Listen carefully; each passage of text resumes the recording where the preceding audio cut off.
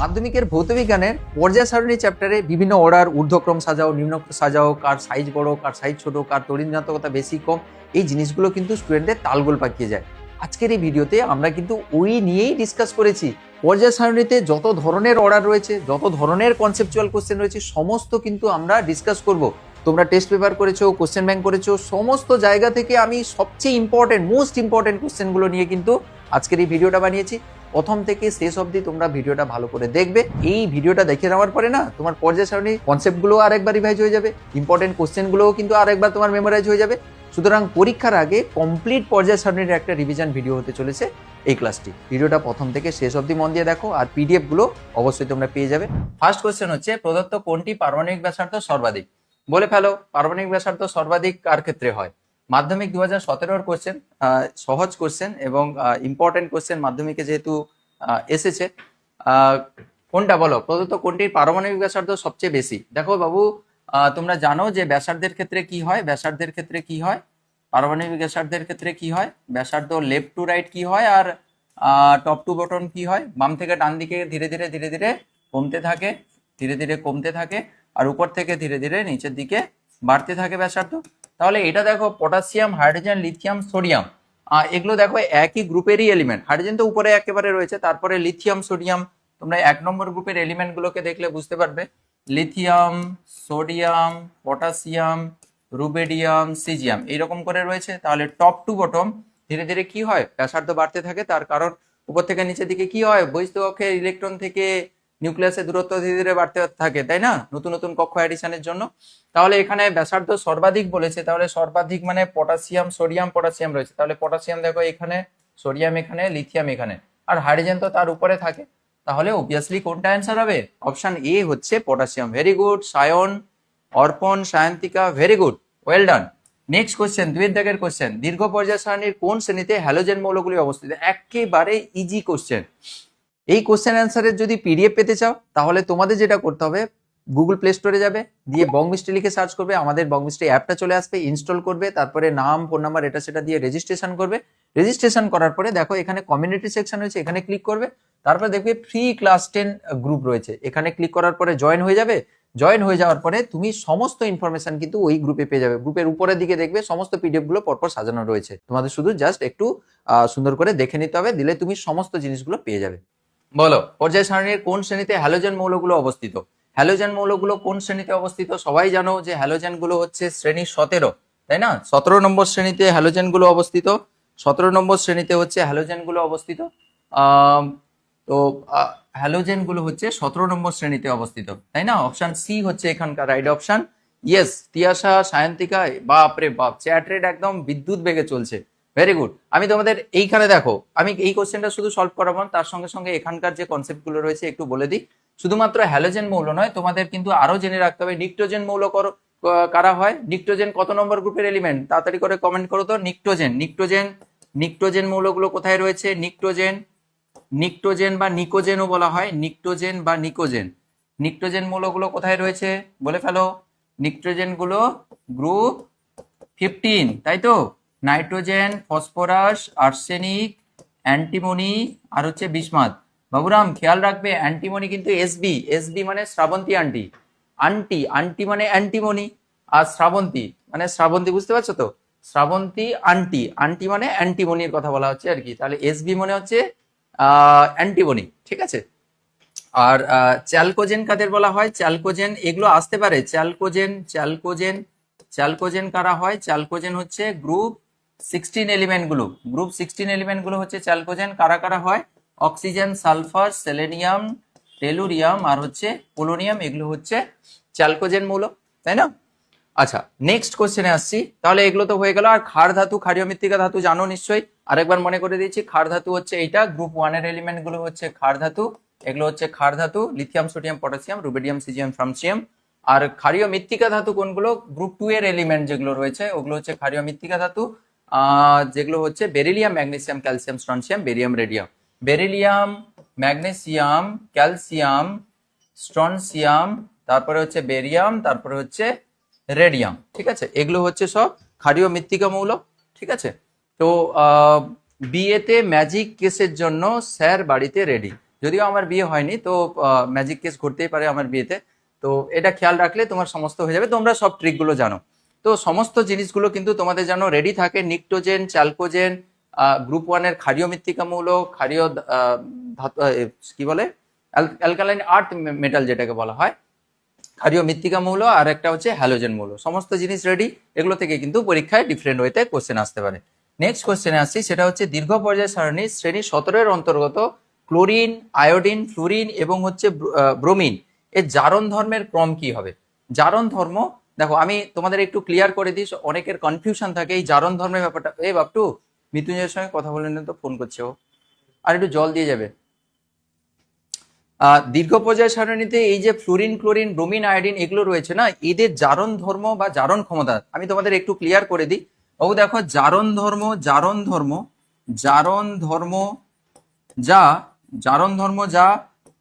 জারণ ক্ষমতাও যা জারণ ক্ষমতা এই সব কিন্তু একই। জারণ ধর্ম, জারণ ক্ষমতা বা তীব্র জারক পদার্থ,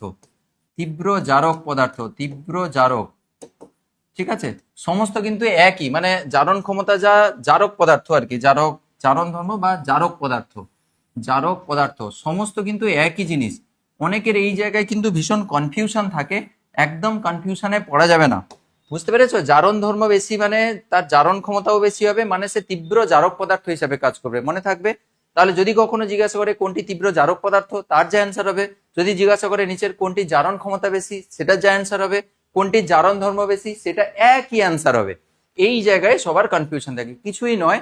যে তুমি শুধু সবসময়ের জন্য খেয়াল রাখবে, যাদের ইলেকট্রন গ্রহণ করার ক্ষমতা বেশি তাদের কিন্তু জারণ ক্ষমতা বেশি, অর্থাৎ তাদের জারণ ধর্ম বেশি। কি বললাম?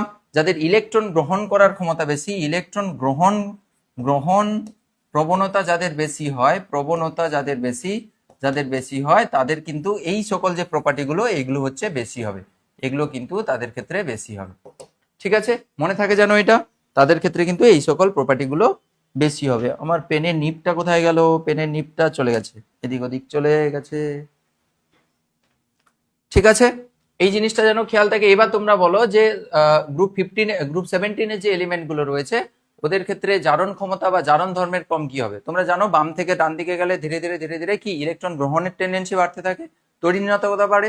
তড়িৎ ঋণাত্মকতা যত বাড়বে মানে কি ইলেকট্রন গ্রহণের টেন্ডেন্সি বাড়ে। বন্ধন ইলেকট্রন জোড়কে নিজের দিকে টানার ক্ষমতাই তো তড়িৎ ঋণাত্মকতা, তাই না? তাহলে বাম থেকে ডান দিকে যত যাবে তত ইলেকট্রন গ্রহণের টেন্ডেন্সি বাড়ে, মানে আমাদের জারণ ধর্মও বাড়বে, মানে জারণ ক্ষমতা বাড়বে, মানে তারা তীব্র জারক পদার্থ হিসেবে কাজ করবে। ঠিক আছে, জারক পদার্থ মানে অন্যকে জারিত করবে, নিজে বিজারিত হবে। তাহলে এখানে উত্তর তাহলে কি হবে বলো? অপশন ডি বলছে, একদম ভেরি গুড। অপশন ডি হচ্ছে এখানকার right option. Fluorine, chlorine, bromine, iodine. ফ্লোরিনের সবচেয়ে বেশি। সায়ন, বিশ্বজিৎ ঠিক বলেছো। প্রীতি চক্রবর্তী তুমিও ঠিক বলেছো। বুঝতে পেরেছো? এই জিনিসটা একদম কনফিউশনে পড়বে না, আমি বারবার বলে রাখলাম তোমাদের। এই জায়গাটায় কিন্তু সবাই ভুল করে, এই জারণ ধর্ম, জারণ ক্ষমতা আর এইগুলোতে সব কনফিউশনে পড়ে যায়। ঠিক আছে, তোমরা একদম কনফিউশনে পড়বে না। আসতে পারে ডিফারেন্ট ওয়েতে, এইটা যেটা দেওয়া রয়েছে এর সিমিলার গোছের কিন্তু একই ধরনের কোশ্চেন, শুধু ভাষাটাকে এদিক ওদিক করে দেয়। ঠিক আছে, নেক্সট কোশ্চেন, 4-এর কোশ্চেন। আধুনিক পর্যায় সারণীর নোবেল গ্যাসগুলির অবস্থান। একদম ইজিয়েস্ট কোশ্চেন, সবগুলো করালাম। সেখানে চ্যালকোজেন, নিকটোজেন বা নিকোজেন, ক্ষার ধাতু, ক্ষারীয় মৃত্তিকা ধাতু, হ্যালোজেন সব করিয়ে দিলাম, শুধু নিষ্ক্রিয় মৌলগুলো শুধু করিয়েছিলাম না। আমার বন্ধুরা সব ছোট ছোট ভাই বোনেরা কি বলছে? শুভজিৎ বা কি বলছো? মৌমি কি বলছো? তাহলে সবাই ঠিক বলেছো, অপশন ডি হচ্ছে রাইট অপশন। 18 নম্বর শ্রেণীতে থাকে, তাই না? আচ্ছা, মেন্ডেলিফের পর্যায় সারণীতে কত নম্বর শ্রেণীতে থাকে একটু বলে দাও তো দেখি, কতজন বলতে পারে মেন্ডেলিফের পর্যায় সারণীতে কত নম্বর শ্রেণীতে থাকে নিষ্ক্রিয় মৌলগুলো বা নোবেল গ্যাসগুলো? বলো বলো বলো। অরূপ, আকাশ, অয়ন ঠিক বলেছো, সবাই ঠিক বলেছো। মেন্ডেলিফের পর্যায় সারণীতে 0 শ্রেণীতে থাকে। Very good. 0 শ্রেণী না, মেন্ডেলিফের সময় কিন্তু নিষ্ক্রিয় গ্যাসগুলো আবিষ্কার হয়েছিল না, সুতরাং এটা ভিত্তিহীন প্রশ্ন। মেন্ডেলিফের যেটা সংশোধিত রূপ ছিল তাতে কিন্তু নিষ্ক্রিয় মৌলগুলো অ্যাড হয়েছিল, সুতরাং নিষ্ক্রিয় মৌল কিন্তু মেন্ডেলিফের পর্যায় সারণীতে ছিল না, তখন আবিষ্কার হয়েছিল না। নিষ্ক্রিয় মৌল তার পরে আবিষ্কার হয়েছিল, পরে 0 শ্রেণীতে ওদেরকে স্থান দেওয়া হয়েছিল। তাহলে নিষ্ক্রিয় মৌলগুলো কিন্তু মেন্ডেলিফের যে পরবর্তী যে সংশোধনে ওরা 0 শ্রেণীতে ছিল। নেক্সট কোশ্চেন, 5-এর দাগের কোশ্চেন বলো। কোন মৌলটির বিজারণ ক্ষমতা সবচেয়ে বেশি? দেখো বিজারণ ক্ষমতা কার বেশি হবে বাবু? এক্ষুনি একটু আগে কি বললাম? জারণ ক্ষমতা বলেছিলাম, জারণ ক্ষমতা, আর এটা বলেছে বিজারণ ক্ষমতা। তাহলে তার উল্টো, তাহলে ইলেকট্রন যত সহজে গ্রহণ করলে, ইলেকট্রন গ্রহণ যত সহজে করবে তত হচ্ছে জারক পদার্থ হিসেবে কাজ করবে, জারক পদার্থ বা জারণ ধর্ম তত বেশি হবে, ঠিক। আর যদি ইলেকট্রন বর্জন করে তাহলে তার উল্টো কেস হবে, ইলেকট্রন বর্জন করলে কি হবে? সেটি হচ্ছে বিজারক পদার্থ হিসেবে কাজ করবে, অর্থাৎ তার বিজারণ ক্ষমতা বেশি হবে। বিজারক পদার্থ মানে কিন্তু বিজারণ ক্ষমতা বেশি, এটা খেয়াল রাখতে হবে। এই জিনিসগুলো একদম মিসকনসেপশন করা যাবে না। তাহলে স্যার ইলেকট্রন গ্রহণ করলে জারক পদার্থ হয়, তাহলে ইলেকট্রন বর্জন করলে বিজারক। তাহলে ইলেকট্রন কারা বর্জন করে? এখানে দেখো ধাতুগুলোকে দেওয়া রয়েছে, ক্ষার ধাতু, সোডিয়াম, সিজিয়াম, লিথিয়াম, পটাশিয়াম। তাহলে 1 নম্বর গ্রুপের এলিমেন্টগুলোর মধ্যে বাবু, এটা তুমি সবসময় জানো যে উপর থেকে নিচের দিকে যত আসি তত হচ্ছে সাইজ বাড়তে থাকে, আর সাইজ যত বাড়তে থাকে কি হয়? বহিঃস্থকক্ষের ইলেকট্রনের সঙ্গে নিউক্লিয়াসের আকর্ষণ বল কমতে থাকে। দেখো, তোমার সঙ্গে তোমার প্রিয় বন্ধু বান্ধবীর যত দূরত্ব বাড়বে, তাহলে কি হয়? দূরত্ব বাড়া মানে কি? Out of sight out of mind. তাকে তোমার মনে পড়বে না, হ্যাঁ, তার কথা তুমি ভাববে না, মানে তোমাদের মধ্যে অ্যাট্রাকশন কমতে থাকবে, তাই না? তো এর ক্ষেত্রেও সেরকম, যত উপর থেকে নিচের দিকে যাবে তত সাইজ বাড়ার জন্য নিউক্লিয়াস থেকে, মানে তোমার থেকে তার ডিস্টেন্স বেড়ে যাচ্ছে, মানে তোমাদের মধ্যে আকর্ষণ বল কিন্তু ধীরে ধীরে কমতে থাকবে। আর আকর্ষণ কমা মানে কি হবে? তোমাদের বন্ধুত্ব বিচ্ছেদের একটা প্রবাবিলিটি থাকবে। তুমি এখানে পড়াশোনা করছো, সে অন্য জায়গায় পড়াশোনা করতে চলে গেল, মানে কি হবে? তোমাদের বন্ধুত্ব বিচ্ছেদের একটা প্রবাবিলিটি রয়েছে, তাই না? তো এই ক্ষেত্রেও সেরকম, যত উপর থেকে নিচের দিকে যাবে তত কিন্তু নিউক্লিয়াস থেকে বহিঃস্থকক্ষের দূরত্ব বাড়তে থাকছে। যত বাড়তে থাকবে তত কিন্তু বহিঃস্থকক্ষের ইলেকট্রন সহজে ছাড়বে, আর যত ইলেকট্রন বহিঃস্থকক্ষের যত সহজে ছাড়তে চাইবে তত কিন্তু তার বিজারণ ক্ষমতা বা তার বিজারণ ধর্ম তত বেশি হবে। মনে থাকবে, যত সাইজ বাড়বে তত বিজারণ ধর্ম বেশি হবে, যত সাইজ ছোট হবে জারণ ধর্ম বেশি হবে। মনে থাকে যেন, নোট করে নাও এগুলো। তাহলে কোনটার ক্ষেত্রে হবে? সিজিয়াম হচ্ছে এখানকার অ্যান্সার। অপশন বি বলছে। এই শিল্পা, কাবেরী, স্নেহা, নন্দী, অঙ্কুর, সিজিয়াম। হ্যাঁ, সিজিয়াম ঠিক আছে। কেউ একজন বলছিল যে লিথিয়াম, বলছিল সি অপশন, সি বলছিল। আচ্ছা, সিজিয়াম, আমি একটু ভুল দেখে নিয়েছিলাম তাহলে। Okay, so good. তাহলে সিজিয়াম হবে। উপর থেকে নিচের দিকে না, lithium, sodium, potassium, rubidium, caesium, ফ্রান্সিয়ামকে আমরা ধরি না, সিজিয়ামকে আমরা ধরি, তাই না? সিজিয়াম সবচেয়ে সহজে ইলেকট্রন বর্জন করতে পারে, তাই না বাবু? তো খেয়াল রাখবে কিন্তু বাবুরাম, যেটা বললাম, বিজারণ ক্ষমতা যা, বিজারণ ধর্ম যা, সব একই কথা। হ্যাঁ, যে কত সহজে তুমি এরকম খেয়াল রাখবে। তো বিজারক বা বিজারণ মানে ইলেকট্রন বর্জন করবে, জারক মানে গ্রাহক, জারক মানে বা জারণ ধর্ম মানে ইলেকট্রন গ্রহণ করার ক্ষমতা। ঠিক আছে, नेक्स्ट 6 दागेर क्वेश्चन, प्रदत्त कोन मौल जोटी निक्टोजेन ग्रुपेर अंतर्गत? सर ऑलरेडी आपने कह दिया है, हम लोगों को कह दिया है कि निक्टोजेन ग्रुप 15 का एलिमेंट्स। तो निक्टोजेन ताहले कारा कारा होबे? Nitrogen, phosphorus, arsenic, antimony, bismuth. ताहले के आछे कोन मौल जोटी pnictogen? Nitrogen, phosphorus, NP NP NP NP NP. ठीक ठीक ठीक, ইয়েস ইয়েস, সুমন্ত ঠিক বলেছো, সাগনিতা ঠিক বলেছো, আশিয়া, শুভজিৎ, আকাশ, ইয়েস ইয়েস ইয়েস ইয়েস। একটা একটা হার্ট সাইন হবে নাকি? একটা হার্ট সাইন এনকেডি স্যারের জন্য, অনলি ফর এনকেডি স্যার। সবাই ইনস্টাগ্রামে মেসেজ করো, আমি জানি, আমি ইনস্টাগ্রামে তোমরা বেশিরভাগ আমাকে ইনস্টাগ্রামে ফলো করো। मैं सब कुछ देखता हूँ लेकिन ठीक है, रिप्लाई नहीं करता हूँ। ঠিক আছে, নাইট্রোজেন, ফসফরাস, আর্সেনিক, অ্যান্টিমনি, বিস্মাথ। এই তো ঠিক। নেক্সট 7 দাগের কোশ্চেন, একাধিক যোজ্যতা দেখা যায় কাদের ক্ষেত্রে? খুবই সহজ কোশ্চেন। একাধিক যোজ্যতা শুধুমাত্র কাদের ক্ষেত্রে? সন্ধিগত মৌলের ক্ষেত্রে, কিন্তু ক্ষার ধাতুর ক্ষেত্রে একাধিক যোজ্যতা হয় না, ক্ষারীয় মৃত্তিকা ধাতুর ক্ষেত্রেও হয় না, হ্যালোজেনের ক্ষেত্রেও হয় না। সন্ধিগত মৌল, ওদের ক্ষেত্রে ডি রয়েছে। ডি, তোমাদের ডি তো এসবের কনসেপ্ট নেই, এসপি ডি অরবিটালের কনসেপ্ট তো নেই, 11-এ রয়েছে। তো যদি আমি কখনো তোমাদের এই 10-এর যদি এর মানে আপকামিং দিনে যদি আমি ক্লাস নিই, ইউটিউবে যদি ক্লাস নিই, এইগুলো একটু অ্যাডভান্স কনসেপ্টও আমি বুঝিয়ে দেবো। অ্যাকচুয়ালি বোঝাতে ইচ্ছে করে, কিন্তু ক্লাস 10-এর স্টুডেন্টরা বুঝতে মানে পড়তে চায় না, মানে 11-এর জিনিস 11-এ শিখবে।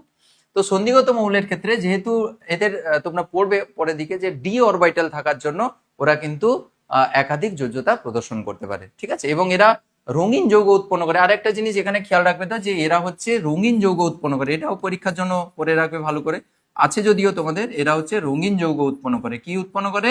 রঙিন যৌগ উৎপন্ন করে। এরা রঙিন যৌগ তৈরি করে, রঙিন যৌগ তৈরি করে, এরা রঙিন যৌগ তৈরি করে। ঠিক আছে, হলো।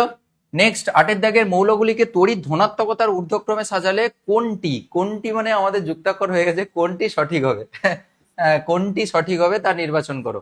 তড়িৎ ধনাত্মকতা, বাবু অলরেডি আমি বলে দিয়েছি, তড়িৎ ধনাত্মকতা ইংরেজিতে বলা হয় ইলেকট্রোপজিটিভিটি। বেসিক্যালি তোমাকে এখানে ইলেকট্রোপজিটিভিটির অর্ডার সাজাতে বলেছে। তো ইলেকট্রোপজিটিভিটি মানে ধাতব ধর্ম, ধাতব ধর্ম মানে ইলেকট্রন ছাড়ার টেন্ডেন্সি কার বেশি। একটা ছোট্ট জিনিস মনে রাখবে, যে তড়িৎ ধনাত্মকতা মানে হচ্ছে ধাতব ধর্ম, মানে হচ্ছে তোমাকে অন্যরকম ভাবে কোশ্চেন দিতে পারে না, তড়িৎ ধনাত্মকতা মানে ধাতব ধর্ম বা মেটালিক ক্যারেক্টার যেটাকে বলা হয়। তাহলে ধাতব ধর্ম কাদের ক্ষেত্রে বেশি হবে? যাদের ইলেকট্রন ছাড়ার টেন্ডেন্সি বেশি। তুমি শুধু এইটা খেয়াল রাখবে যে যাদের যাদের যাদের কি ইলেকট্রন ইলেকট্রন বর্জন বর্জন ক্ষমতা বেশি, ইলেকট্রন বর্জন ক্ষমতা বেশি, ইলেকট্রন এটা উপরের দিকে আরো মানে কি গো, বেশি।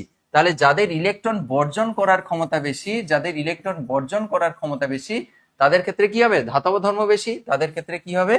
ইলেকট্রন বর্জন ক্ষমতা যাদের বেশি হয় তাদের হচ্ছে ধাতব ধর্ম কি হবে? ধাতব ধর্ম, ধাতব ধর্ম তাদের ক্ষেত্রে বেশি হবে। এইটা তুমি একটু মাথায় রাখবে সবসময়ের জন্য। যাদের ইলেকট্রন বর্জন করার ক্ষমতা বেশি তাদের ধাতব ধর্ম বেশি, আর ধাতব ধর্ম বেশি মানে তড়িৎ ধনাত্মকতা বেশি, একই কথা। তাহলে ইলেকট্রন ছাড়ার টেন্ডেন্সি কাদের বেশি? উপর থেকে নিচের দিকে এক্ষুনি কনসেপ্টটা দিলাম যে যত সাইজ বাড়বে স্যার তার আর আমার মধ্যে ডিস্টেন্স বেড়ে যাবে, স্যার তার আর আমার মধ্যে ডিস্টেন্স বেড়ে যাবে, আর ডিস্টেন্স বেড়ে যাবে মানে ছেড়ে যাওয়ার টেন্ডেন্সি বেশি থাকবে। স্বাভাবিক কথা, অ্যাজ সিম্পল অ্যাজ দ্যাট, তাই না? তাহলে উপর থেকে নিচের দিকে ধীরে ধীরে ছাড়ার টেন্ডেন্সি বাড়ে, আর বাম থেকে ডান দিকে ধীরে ধীরে ধরে রাখার টেন্ডেন্সি, কারণ সাইজ ছোট হতে থাকে। তোমরা জানো তো, লেফট থেকে রাইটের দিকে ধীরে ধীরে হচ্ছে সাইজ ছোট হতে থাকে, তাহলে তত ইলেকট্রন ধরে রাখার টেন্ডেন্সি থাকে। এবার তুমি আমাকে বলো, কার্বন নাইট্রোজেন অক্সিজেন ফ্লুরিন দেওয়া রয়েছে। কার্বন নাইট্রোজেন অক্সিজেন ফ্লুরিনকে তুমি ঠিকঠাক করে সাজাও। প্রথমে কে থাকে? কার্বন থাকে, তারপরে হচ্ছে কার্বনের হচ্ছে 6, সাথে হচ্ছে নাইট্রোজেন, তারপরে অক্সিজেন, তারপরে ফ্লুরিন, এইভাবে রয়েছে। তাহলে তড়িৎ ধনাত্মকতার ঊর্ধ্বক্রম, এ বাবু ঊর্ধ্বক্রম, এ দেখো এখানে গন্ডগোল, হ্যাশট্যাগ গন্ডগোল। কি গন্ডগোল আছে এখানে? ঊর্ধ্বক্রম নিম্নক্রম এদিক ওদিক করে দিয়েছে। যাদের এইটুকু কনসেপ্ট নেই, আমি মানে 11-12 এর স্টুডেন্টদের দেখেছি, 12 এর স্টুডেন্টদেরও দেখছি ঊর্ধ্বক্রম নিম্নক্রম ঠিকঠাক করে জানে। ঊর্ধ্বক্রম মানে কি?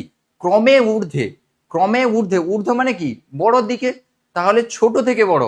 আর নিম্নক্রম মানে ক্রমে নিম্নে, মানে বড় থেকে ছোটর দিকে যাবে। নিম্নক্রম মানে ক্রমে নিম্নের দিকে যাবে, ছোটর দিকে যাবে। তাহলে প্রথমে বড় থাকবে, তারপর ছোট দিকে যাবে। আর সবসময় মনে রাখবে, যেদিকে হাঁ থাকবে সেটা হচ্ছে বড়, এদিকে হাঁ তাহলে এটা বড়, আর এইদিকে হাঁ নেই তাহলে এটা হচ্ছে ছোট, এইভাবে। তাহলে তোমাকে বলেছে ঊর্ধ্বক্রমে সাজাতে বলেছে। ঊর্ধ্বক্রমে মানে ক্রমে বেশির দিকে যাবে, তাহলে এই রকম করে হবে। তাহলে দেখো এইটা তো হবেই না, কারণ স্যার এইগুলো ঊর্ধ্বক্রম নয়, এটা তো এইটা ঊর্ধ্বক্রম, এটা তো স্যার নিম্নক্রমের দিকে যাচ্ছে, অ্যারোটা ওই দিকে, তাই না? তাহলে স্যার এই রকম করে অ্যারোগুলো হবে, এই রকম অ্যারোগুলো হবে। এবার তুমি আমাকে বলো যে সবচেয়ে বেশি কোথায় হবে? ধাতব ধর্ম সবচেয়ে বেশি এইখানে হবে, ধাতব ধর্ম সবচেয়ে কম এই দিকে হবে। এরা তো অধাতু, তাই না? লেফট থেকে রাইটের দিকে যত যায় তত অধাতব ধর্ম বাড়তে থাকে, কারণ সাইজ ছোট হতে থাকে, তাই না? ইলেকট্রন ছাড়ার টেন্ডেন্সি কমতে থাকে। তাহলে এর অধাতব ধর্ম বেশি, এর ধাতব ধর্ম সবচেয়ে বেশি। তাহলে সবচেয়ে বেশি হচ্ছে কার্বন। তাহলে এই রকম করে প্রথমে সাজিয়ে নাও, তারপরে হচ্ছে নাইট্রোজেন, তারপরে হচ্ছে অক্সিজেন, তারপরে হচ্ছে ফ্লুরিন। তাহলে এইটা হচ্ছে তাদের ধাতব ধর্মের ক্রম, ধাতব ধর্মের হচ্ছে এটা হচ্ছে ক্রম হবে। তাহলে কোন অপশন হবে বন্ধুগণ? কি বলছো? বি, সি, এ, বি, সি? সবাই এ, বি, সি কি করে হয়? ধাতব ধর্ম সি এর সবচেয়ে বেশি তো দেখছি। এখানে কি অপশন গন্ডগোল আছে নাকি? তড়িৎ ধনাত্মকতার ঊর্ধ্বক্রমে সাজাতে বলেছে। তড়িৎ ধনাত্মকতা, ধনাত্মকতা মানে তো কার্বনের বেশি হওয়ার কথা। এখানে কি কিছু গন্ডগোল করেছে? কার্বনের সবচেয়ে বেশি, তারপরে নাইট্রোজেন, তারপরে অক্সিজেন, তারপর আচ্ছা এই জায়গাটায় উত্তর ঠিক আছে, কিন্তু এ ক্রম হ্রাসমান করে দিয়েছে। হ্যাঁ ক্রম হ্রাসমান, বি বলছো, অপশন নেই, ঠিক বলেছো। হ্যাঁ রনি ঠিক বলেছে, এখানে অপশন নেই। অ্যাকচুয়ালি এইটা হওয়া উচিত ছিল। এখানে ধনাত্মকতার জায়গায় যদি মানে ঊর্ধ্বক্রমের জায়গায় যদি নিম্নক্রম করে দিত তাহলে কিন্তু হয়ে যেত, তাই না? এটা হচ্ছে ধাতব ধর্মের ঊর্ধ্বক্রম। এটা আমি একটু ঠিক করে দিই, এটা হচ্ছে ঊর্ধ্বক্রম রয়েছে, ঊর্ধ্বক্রম। আর এটা যেটা রয়েছে এটা কিন্তু নিম্নক্রমে সাজানো রয়েছে, এটা কিন্তু নিম্নক্রমে সাজানো রয়েছে। এইটা কিন্তু উত্তর, এটা উত্তর, এইটা উত্তর হবে, কিন্তু যখন এখানে ঊর্ধ্বক্রমের জায়গায় নিম্নক্রম লেখা থাকবে। এটা হচ্ছে নিম্নক্রম লেখা থাকতে হবে, নিম্নক্রম লেখা থাকতে হবে। তোমরা এটা ভুল করলে কেন বাবু? তোমরা কই কেউ বললে না যে স্যার অপশন নেই এখানে? এই দু একজন বলেছে অপশন নেই এখানে, কিন্তু সবার বলা উচিত ছিল। এটা কেন বললে না তোমরা? এখানে তো অপশন কোনো তো ছিল না, তাই না? তাহলে বুঝতে পেরেছো যে উত্তর হওয়া উচিত ছিল এটা। এটা আমাদের অপশনে এত তাগড়া কনসেপ্ট থাকবে, তুমিই বলবে যে এখানে অপশন নেই স্যার, ভুল আছে কোশ্চেনে। হ্যাঁ, নেক্সট কোশ্চেন 9 দেখে, আধুনিক পর্যায় সূত্রেও যে ধর্মের উপরে ভিত্তি করে গড়ে উঠেছে। সবাই জানো এটা, এটা মানে ইজিয়েস্ট কোশ্চেন। আধুনিক পর্যায় সূত্র কিসের উপরে বেস করে তৈরি হয়েছে? বলো 9 দাগের অ্যান্সারটা বলো, 9 দাগের অ্যান্সার বলো, সবাই বলো। কার্তিক বলো, কার্তিক, রনিত, রনিত দাস বলো, সুদীপ্তা বলো। 2 নম্বর কোশ্চেনও হবে, 2 নম্বর কোশ্চেনও হবে, বড় কোশ্চেন, শর্ট কোশ্চেন সব হবে বাবু। সবটাই করাবো আমি তোমাদের। পরীক্ষা রিভিশনের জন্য যতটা লাগবে আমি ততটাই করিয়ে দেবো, কোনো চাপ নেই। দেখবে আজকে ক্লাসের পরে তুমি ফিল করতে পারবে যে সত্যি সত্যি হেল্প হলো। ক্লাসটা শেষ হওয়ার পরে বুঝতে পারবে যে মনে হলো যেন সমস্ত জিনিসটা কমপ্লিট হয়ে গেল, দেখবে তুমি ফিল করবে। অপশন সি বলছে, 9 সি বলছে। ওকে, ভেরি গুড। তাহলে পরমাণু ক্রমাঙ্কের উপরে ভিত্তি করে। আচ্ছা, ছোট্ট আর একটা কোশ্চেন জিজ্ঞাসা করে নি যে মেন্ডেলিফের পর্যায় সূত্রটা কিসের উপরে ভিত্তি করে? বন্ধুগণ একটু বলে দাও, বান্ধবীগণ, বন্ধুগণ, আমার ছোট ছোট ভাই বোন। হ্যাঁ, তোমরা আমার বন্ধু বান্ধবী, ভাই বোন সবই। বলো, আমরা স্টুডেন্টও তো। বলো, মেন্ডেলিফের পর্যায় সূত্রটা কিসের উপরে বেস করে তৈরি করা হয়েছে? সেটা হচ্ছে পারমাণবিক গুরুত্ব বা পারমাণবিক ভরের উপরে বেস করে। মেন্ডেলিফের, মন দিয়ে খেয়াল রাখবে কিন্তু এগুলো। মেন্ডেলিফের যদি হতো, মেন্ডেলিফের ক্ষেত্রে কি হতো? পারমাণবিক গুরুত্ব বা হচ্ছে পারমাণবিক ভরের উপরে বেস করে কিন্তু তৈরি হয়েছিল, তাই না? পারমাণবিক গুরুত্ব বা পারমাণবিক ভর। আর এটা হচ্ছে আধুনিক দীর্ঘ পর্যায় সারণী বাবু, খেয়াল রাখবে, একদম ভুল করবে না। এটা ছিল আধুনিক পর্যায় সূত্রের ক্ষেত্রে বলেছে, আর সেটা বললাম আমি মেন্ডেলিফের ক্ষেত্রে। ঠিক আছে, একদম ভুল করবে না, এগুলো আসে পরীক্ষায়। নেক্সট কোশ্চেন, মেন্ডেলিফের মতে মৌলের ভৌত রাসায়নিক ধর্ম নির্ভর করে মৌলের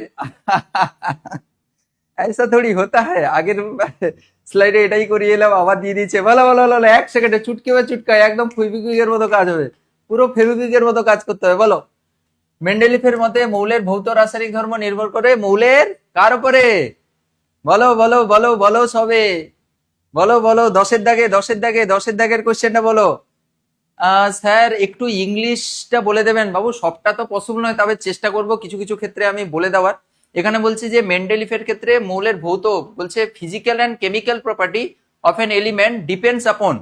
কিসের উপর ডিপেন্ড করে? According to Mendeleev the physical and chemical state of A element depends upon. কিসের উপরে? নিউট্রন নাম্বারের উপরে, অ্যাটমিক মাসের উপরে, অ্যাটমিক নাম্বারের উপরে, এই রকম করে সব দেওয়া রয়েছে। তো কার উপরে ডিপেন্ড করে মেন্ডেলিফের ক্ষেত্রে সাজানো হয়েছিল? বলো, পারমাণবিক, অপশন ডি, ইয়েস, পারমাণবিক ভরের উপরে। ঠিক বলেছো, ভেরি গুড। এক্ষুনি আমরা করলাম পারমাণবিক গুরুত্ব বা পারমাণবিক ভর, অ্যাটমিক মাসের উপরে। নেক্সট কোয়েশ্চেন, পর্যায় সারণীর সবচেয়ে হালকা মৌল, একদম the lightest element in predictable. তাহলে প্রেডিক্টেবল এর ক্ষেত্রে সবচেয়ে লাইটেস্ট এলিমেন্ট কোনটা? সবাই বলো, সবাই বলো, এটা সবার কাছ থেকে অ্যান্সার চাই, এটা তো কারুর ভুল হওয়ার উচিত নয়। বলো তাড়াতাড়ি করে, চ্যাটে কেন অ্যান্সার আসছে না? তাড়াতাড়ি করে চ্যাটে কেন আসছে না অ্যান্সার? ইয়েস, একদম ঝড় বইয়ে দিতে হবে। ঠিক বলেছো, অপশন ডি, হাইড্রোজেন। হাইড্রোজেন আমাদের ছোট ভাই, সবার প্রিয় ছোট ভাই। হাইড্রোজেন হচ্ছে ভাইফোঁটা, সবাই হাইড্রোজেনকে সবাই ভাইফোঁটা দেবে, হাইড্রোজেনকে সবাই ভাইফোঁটা দেবে। পর্যায় সারণীতে আমরা যারা কেমিস্ট্রি পড়ছো, পর্যায় সারণী পড়েছো, তারা কাকে ভাইফোঁটা দেবে?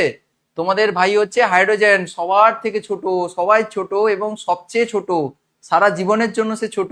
তাহলে তাকে আমরা ভাইয়ের কপালে পড়লো ফোঁটা, হাইড্রোজেনের কপালে পড়লো ফোঁটা। ঠিক আছে, তাহলে হাইড্রোজেন হচ্ছে আমাদের সবার ছোট ভাই, তাই তাকে আমরা ভাই ফোঁটা দেবো, তাই না? স্যার 10টা আরেকবার বোঝান। 10টা মেন্ডেলিফের মতে মৌলের ভৌত রাসায়নিক ধর্ম নির্ভর করে। মেন্ডেলিভ যে বলেছিলেন যে কার উপরে বেস করে ভৌত রাসায়নিক ধর্মগুলো চেঞ্জ হয়? পারমাণবিক ভরের উপরে উনি বলেছিলেন না, তাই না? পারমাণবিক ভর বা ভর সংখ্যা, পারমাণবিক ভর ভর সংখ্যা তো একই, পারমাণবিক ভর ভর সংখ্যা তো একই জিনিস। আচ্ছা, নেক্সট হচ্ছে, এমনি ঝাড় দিয়ে চলে যান তাহলে নিচ দিয়ে, সন্ধ্যাবেলা আবার আসবেন। খাওয়ার টিফিনের ব্যবস্থা করা হবে। বাচ্চারা সব সেলিব্রেশন করছিল, গোটা কি কেচড়ে দিয়ে গেছে, সব বেলুন ফেলুন কেক টে পুরো ঘেটে দিয়ে চলে গেছে। আচ্ছা, হ্যাঁ হ্যাঁ হ্যাঁ হ্যাঁ, এমনি ঝাড় দিয়ে চলে যান, সন্ধ্যাবেলা ক্লাস আছে না আবার। আচ্ছা, নেক্সট হচ্ছে ল্যান্থানাইড মৌলের অবস্থান। ল্যান্থানাইড মৌল কোথায় থাকে? প্রথম পর্যায়ে, ষষ্ঠ পর্যায়ে, তৃতীয় পর্যায়ে, চতুর্থ পর্যায়ে। ফটাফট করে বলো, ফটাফট করে বলো, কোন পর্যায়ে থাকে ল্যান্থানাইড মৌলগুলো? কোথায় থাকে ল্যান্থানাইড মৌলগুলো? কোথায় থাকে দেখি বন্ধুগণ, কি বলছো? B, D, D, B. Sir 3 mark 2 mark সব হবে, বড় কোশ্চেন হবে। ল্যান্থানাইড এলিমেন্ট গুলোর পজিশন কি বলেছে? যারা ইংলিশে শুনতে চেয়েছিলে, যা পজিশন অফ ল্যান্থানাইড এলিমেন্টস কোন পিরিয়ডে রয়েছে? কোন পিরিয়ডে রয়েছে বলো? First period, 6 period, third period আর ফোর্থ পিরিয়ড। অবশ্যই তোমরা সবাই জানো ল্যান্থানাইড গুলো 6 পিরিয়ডে রয়েছে। আর অ্যাক্টিনাইড গুলো বন্ধুগণ বলে দাও তাড়াতাড়ি করে, বলো বলো বলো বলো বলো সবাই, বলো বলো অ্যাক্টিনাইড গুলো কোথায় রয়েছে? অ্যাক্টিনাইড গুলো কোথায় রয়েছে? সবাই অ্যান্সার দাও, অ্যাক্টিনাইড গুলো কোথায় রয়েছে? অ্যাক্টিনাইড গুলো রয়েছে, অ্যাক্টিনাইড গুলো, ল্যান্থানাইড গুলো তো এখানে রয়েছে। আচ্ছা, অ্যাক্টিনাইড গুলো, অ্যাক্টিনাইট, অ্যাক্টিনাইট, অ্যাক্টিনাইট, অ্যাক্টিনাইটস গুলো রয়েছে, অ্যাক্টিনাইটস গুলো রয়েছে কোথায়? ওরা রয়েছে 7th পিরিয়ডে, মানে 7 নম্বর পর্যায়ে, সপ্তম পর্যায়ে রয়েছে। ওরা রয়েছে সপ্তম পর্যায়ে। আর শ্রেণী সংখ্যা তোমাদের মনে আছে তো? ল্যান্থানাইড এবং অ্যাক্টিনাইড সকল এলিমেন্ট কিন্তু 3 নম্বর শ্রেণীতে থাকে, এটা খেয়াল রাখবে।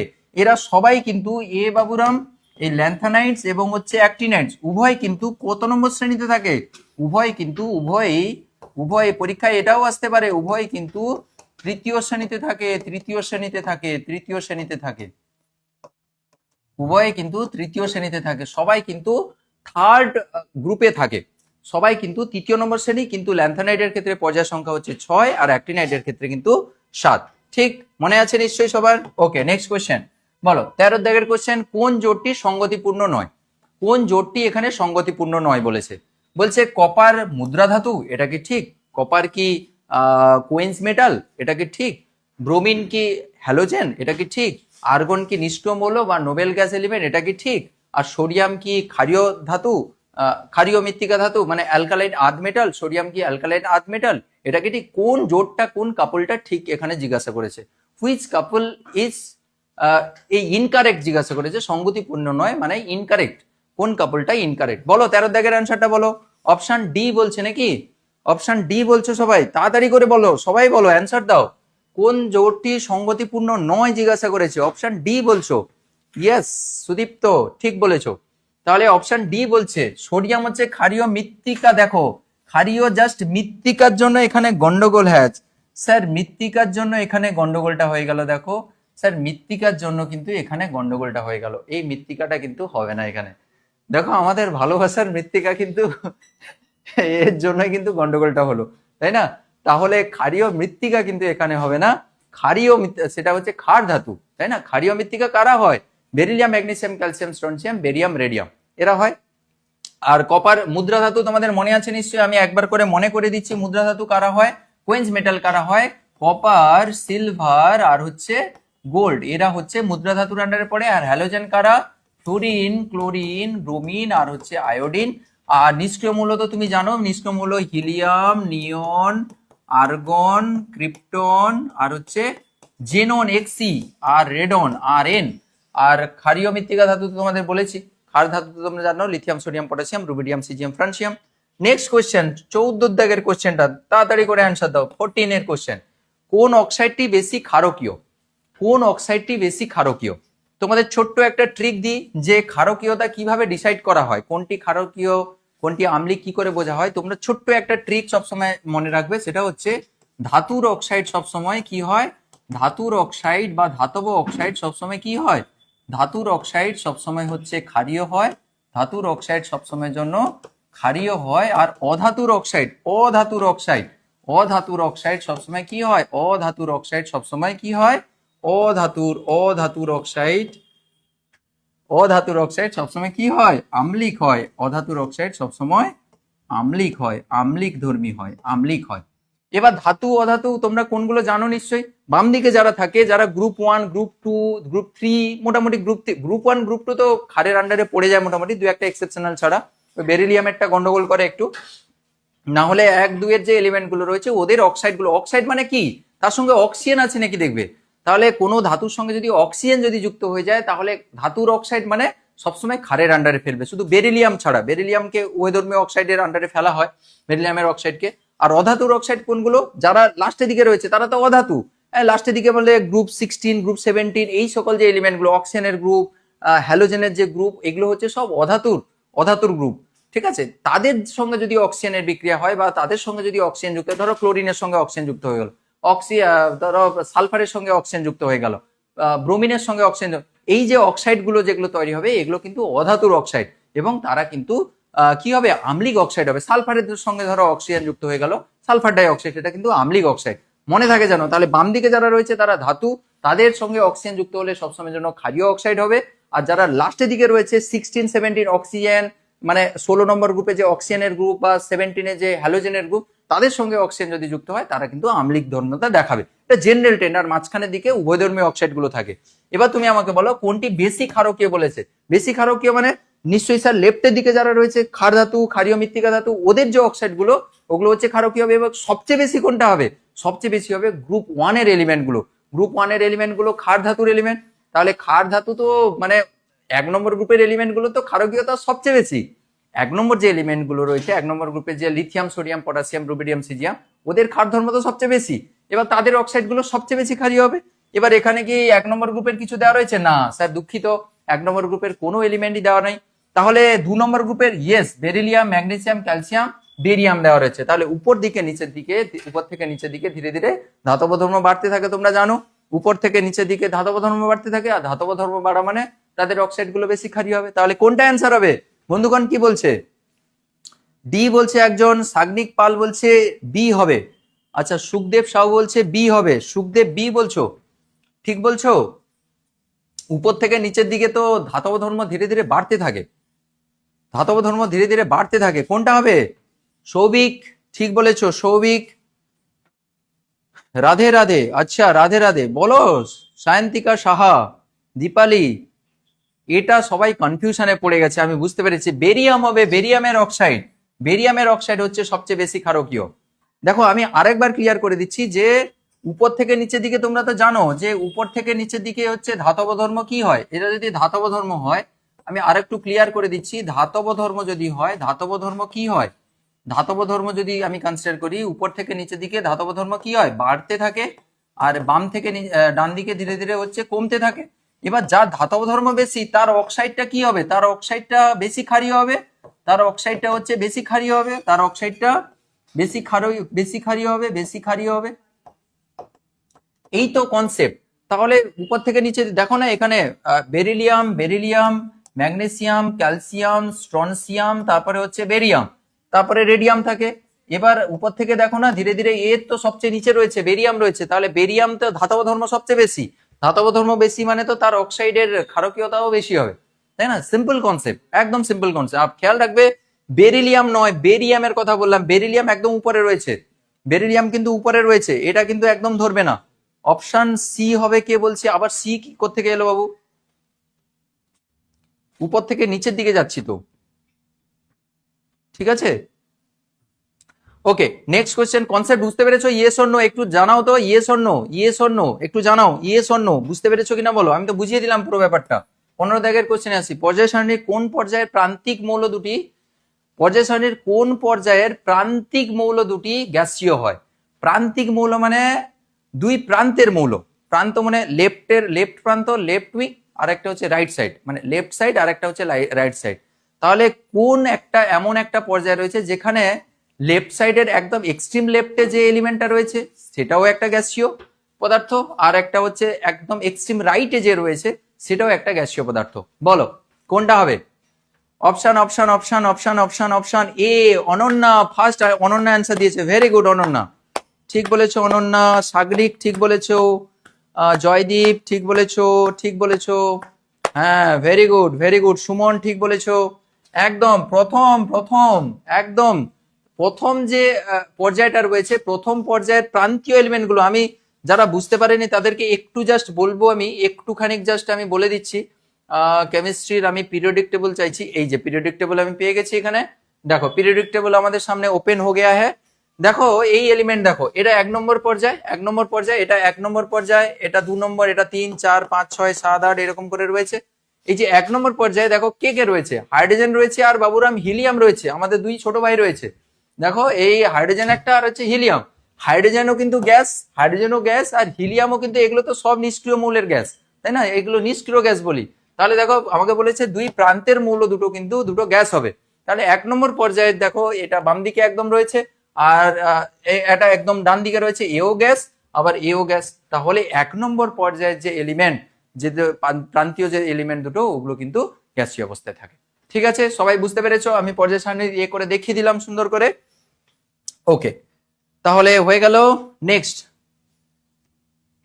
কোশ্চেন, 16 দাগের কোশ্চেন, ফ্লুরিন, আয়োডিন, ব্রোমিন, ক্লোরিনকে ক্রমহ্রাসমান তড়িৎ ঋণাত্মকতা। একদম ইজিয়েস্ট কোশ্চেন, অনেকবার পরীক্ষা এসেছে, দেখো 22, 15, 17 মাধ্যমিকের সব সালের কোশ্চেন, একদম ইজিয়েস্ট কোশ্চেন। আমার যে স্টুডেন্টরা যারা এখন এনকেডিয়ান্সরা রয়েছে, জুনিয়র এনকেডিয়ান্সরা, ওরা তো কখনোই এটা ভুল করতে পারে না, তার কারণ তারা আগে থেকেও পড়েছে আর এনকেডি স্যারের ক্লাস করছে।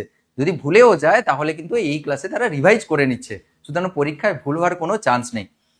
ফ্লুরিন, ক্লোরিন, ব্রোমিন, আয়োডিনের মধ্যে তড়িৎ ঋণাত্মকতা তোমাকে ক্রমহ্রাসমান অর্ডারে সাজাতে বলে। বাবু এই জায়গায় ফাঁসতে পারে কি জানো তো, কিছু জন এইরকম করে অর্ডার সাজাবে, কিছু জন এইরকম করে অর্ডার সাজাবে। বাবা একদম একদম ভুলটা করবে না। এটা তোমাকে বলেছে ক্রমহ্রাসমান।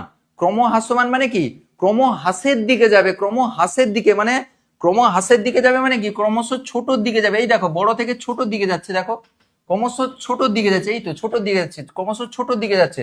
যদি ক্রমবর্ধমান বলতো তাহলে তোমাকে কি করতে হতো, ক্রমবর্ধমান মানে ছোট থেকে বড়র দিকে এইরকম যেতে হতো, এইরকম যেতে হবে। বুঝতে পেরেছো? গ্রেটার দেন লেস দেন মানে এইটা বলতে এইটার কথা বলছি আর কি, আর এটার ক্ষেত্রে এইটার কথা বলছি। ঠিক আছে, এবার তোমরা নিশ্চয়ই এই জায়গাটা আর কখনোই কনফিউশনে পড়বে না, এই ঊর্ধ্বক্রম, নিম্নক্রম, ক্রমহ্রাসমান, ক্রমবর্ধমান। ঠিক আছে, তাহলে ক্রমহ্রাসমান মানে আমাকে তাহলে এই রকম যেতে হবে, ধীরে ধীরে ছোট হতে থাকবে, তাই না? তাহলে সবচেয়ে বেশি কে তড়িৎ ঋণাত্মক, সবচেয়ে বেশি তুমি জানো সবার প্রিয় ফ্লুরিন, তারপরে হচ্ছে ক্লোরিন, তারপরে ব্রোমিন, তারপরে আয়োডিন। এইটা হচ্ছে আমাদের ক্রমহ্রাসমান order, fluorine, chlorine, bromine, iodine. যদি ক্রমবর্ধমান বলতো, ফ্লুরিনটাকে ওইদিকে রাখতাম, তখন কিন্তু এই রকম অ্যারো দিতে হতো, এই রকম অ্যারো দিতে হতো। ওই অ্যারোটাই কিন্তু তোমাদের অনেকে ভুল হয়, এইটা যেন না মিস্টেক হয়। ঠিক আছে, চলো নেক্সট কোশ্চেন। একটি ইউরেনিয়ামোত্তর মৌলের চিহ্ন সহ, মানে ইউরেনিয়ামোত্তর মৌলের নাম এবং চিহ্ন লিখতে বলেছে। ইউরেনিয়ামোত্তর মৌল কাদের বলা হয়? ইউরেনিয়ামের পরবর্তী যে মৌলগুলো রয়েছে, ইউরেনিয়াম হচ্ছে 92, তাই না? তার পরবর্তী যে এলিমেন্ট গুলো রয়েছে তাদেরকে আমরা ইউরেনিয়ামোত্তর মৌল বলি, এবং তাদের মৌলের চিহ্ন লিখতে বলেছে। তো তোমাদের আগের দিন আমাদের দিগন্ত যে ব্যাচ চলছে, অনলাইনে যে ব্যাচ আমরা পড়াই, সেখানে স্টুডেন্টদের আমি একটা ট্রিক দিয়েছিলাম, তো তোমাদেরও আমি একটু বলে দিতে পারি, বাট এখন লাগবে না, তাও আমি একবার বলে দিচ্ছি। ওই এক থা পাগল ইউরেনিয়াম নেপালি পুরানিয়াম কম বিকেঙ্গে, মানে এক থা পাগল ইউরেনিয়াম नेपाली पुरानी आम कम कम बिकेंगे। केफ ऐसे কেফ ऐसे এরপরে আর পরপর করে রয়েছে, কেফ ऐसे ফরমাও মোদি নট অ্যালাউড, এরকম করে রয়েছে আর কি। তো পরপর করে রয়েছে, তো ইউরেনিয়াম উত্তর বলছে, মানে ইউরেনিয়ামের পরের এলিমেন্ট। তো তুমি কতগুলো নেবে নাও, দেখো কতগুলো নেবে নাও। তো তুমি এনপি লিখে দেবে, পিউ লিখে দেবে, প্লুটোনিয়াম, নেপচুনিয়াম, এগুলো সব লিখে দেবে। ঠিক আছে, হ্যাঁ এনপি ঠিক বলেছো। 93, এটা তো 92 থাকে, এটা তো 92 থাকে, 93, 94, 95, 96, 97 এরকম করে চলতে থাকবে। ঠিক আছে, ওকে নেক্সট কোশ্চেন। এক্স এবং ওয়াই মৌলের পরমাণু ক্রমাঙ্ক যথাক্রমে 11 এবং 17 হলে কোনটি ধাতু এবং কোনটি অধাতু বলেছে। দেখো যখনই তোমাদের একটু বলে রাখি, যখনই এই টাইপের কোশ্চেন, আজকে কিন্তু অনেক সলভ করবো আমরা, যখনই দেখবে এই টাইপের কোশ্চেন দিচ্ছে, এই যে পরমাণু ক্রমাঙ্ক এত, কোনটি ধাতু কোনটি অধাতু হবে, এর সঙ্গে ওটা বিক্রিয়া করে কি ধরনের যৌগ উৎপন্ন করবে, যৌগটি তড়িৎযোজী না সমযোজী, এই ধরনের কোশ্চেন যখন দেবে, তোমাকে ফার্স্ট টার্গেট হচ্ছে ইলেকট্রন বিন্যাসটাকে সাজিয়ে নেওয়া। ইলেকট্রন বিন্যাস যদি তুমি ঠিকঠাক করে নিতে পারো, তাহলে কিন্তু এইগুলো কোনো কিছুই নয়, মানে একদম ইজি একেবারে কোশ্চেন। আর শুধু একটু খেয়াল রাখতে হবে কোনটা ধাতু হওয়ার চান্স রয়েছে, কোনটা অধাতু। বন্ধুগণ অলরেডি জেনে গেছো যে স্যার বাইরের কক্ষে একটা বা দুটো ইলেকট্রন থাকলে তারা, বাইরের কক্ষে একটা ইলেকট্রন মানে 1 নম্বর গ্রুপে রয়েছে, বাইরের কক্ষে দুটো ইলেকট্রন মানে তারা 2 নম্বর গ্রুপে রয়েছে। তাহলে বাইরের কক্ষে একটা দুটো যদি ইলেকট্রন থাকে তারা ধাতুর দিকে থাকবে, আর বাইরের কক্ষে 6টা 7টা যদি ইলেকট্রন থাকে তারা অধাতুর দিকে থাকবে। তাহলে সেই রকম তুমি এখানে ইলেকট্রন বিন্যাসটাকে সাজিয়ে ফেলো। তাহলে এক্স এর ক্ষেত্রে ইলেকট্রন বিন্যাসটা দেখো, এক্স এর ক্ষেত্রে আমরা যদি ইলেকট্রন বিন্যাসটা সাজাই তাহলে কি হবে 2 8 আর হচ্ছে 1। আর এর ক্ষেত্রে যদি এটা হচ্ছে এক্স এর জন্য আর এটা হচ্ছে ওয়াই এর জন্য, ওয়াই এর ক্ষেত্রে যদি ইলেকট্রন বিন্যাস আমরা সাজাই তাহলে কি হবে 2 8 তারপরে হচ্ছে 7, এটা হচ্ছে এর ইলেকট্রন বিন্যাস। এবার তোমাকে বলেছে কোনটি ধাতু কোনটা অধাতু। सर ये इतना अच्छा इतना इजी सवाल कोई पूछता है क्या, कोई पूछता है क्या? 10 रुपए वाला बिस्किट कितने का है जी? 10 रुपए वाला बिस्किट कितने का है जी? 11 जो एटॉमिक नंबर है वो कितना ग्रुप में है जी? वो 1 नंबर का है जी, वो 1 नंबर का है जी। 17 नंबर जो एटॉमिक नंबर है वो कितने ग्रुप का है जी? वो 17 एलिमेंट का है जी। তাহলে 17 নম্বর গ্রুপের আর 1 নম্বর গ্রুপের যে এলিমেন্ট গুলো রয়েছে, দেখো 1 নম্বর গ্রুপের এলিমেন্ট সবসময় ক্ষার ধাতু হয়, মানে ওরা ধাতু। আর 17 নম্বর এলিমেন্ট গুলো ওগুলো হচ্ছে অধাতু, অধাতুর শ্রেণীতে পড়ে। তাহলে এবার বুঝতে পেরেছো কোনটি ধাতু কোনটি অধাতু। তাহলে এ বাবুরাম হচ্ছে স্যার 1 নম্বর বহিস্থ কক্ষে একটা ইলেকট্রন রয়েছে, এটা হচ্ছে গ্রুপ 1 এর এলিমেন্ট।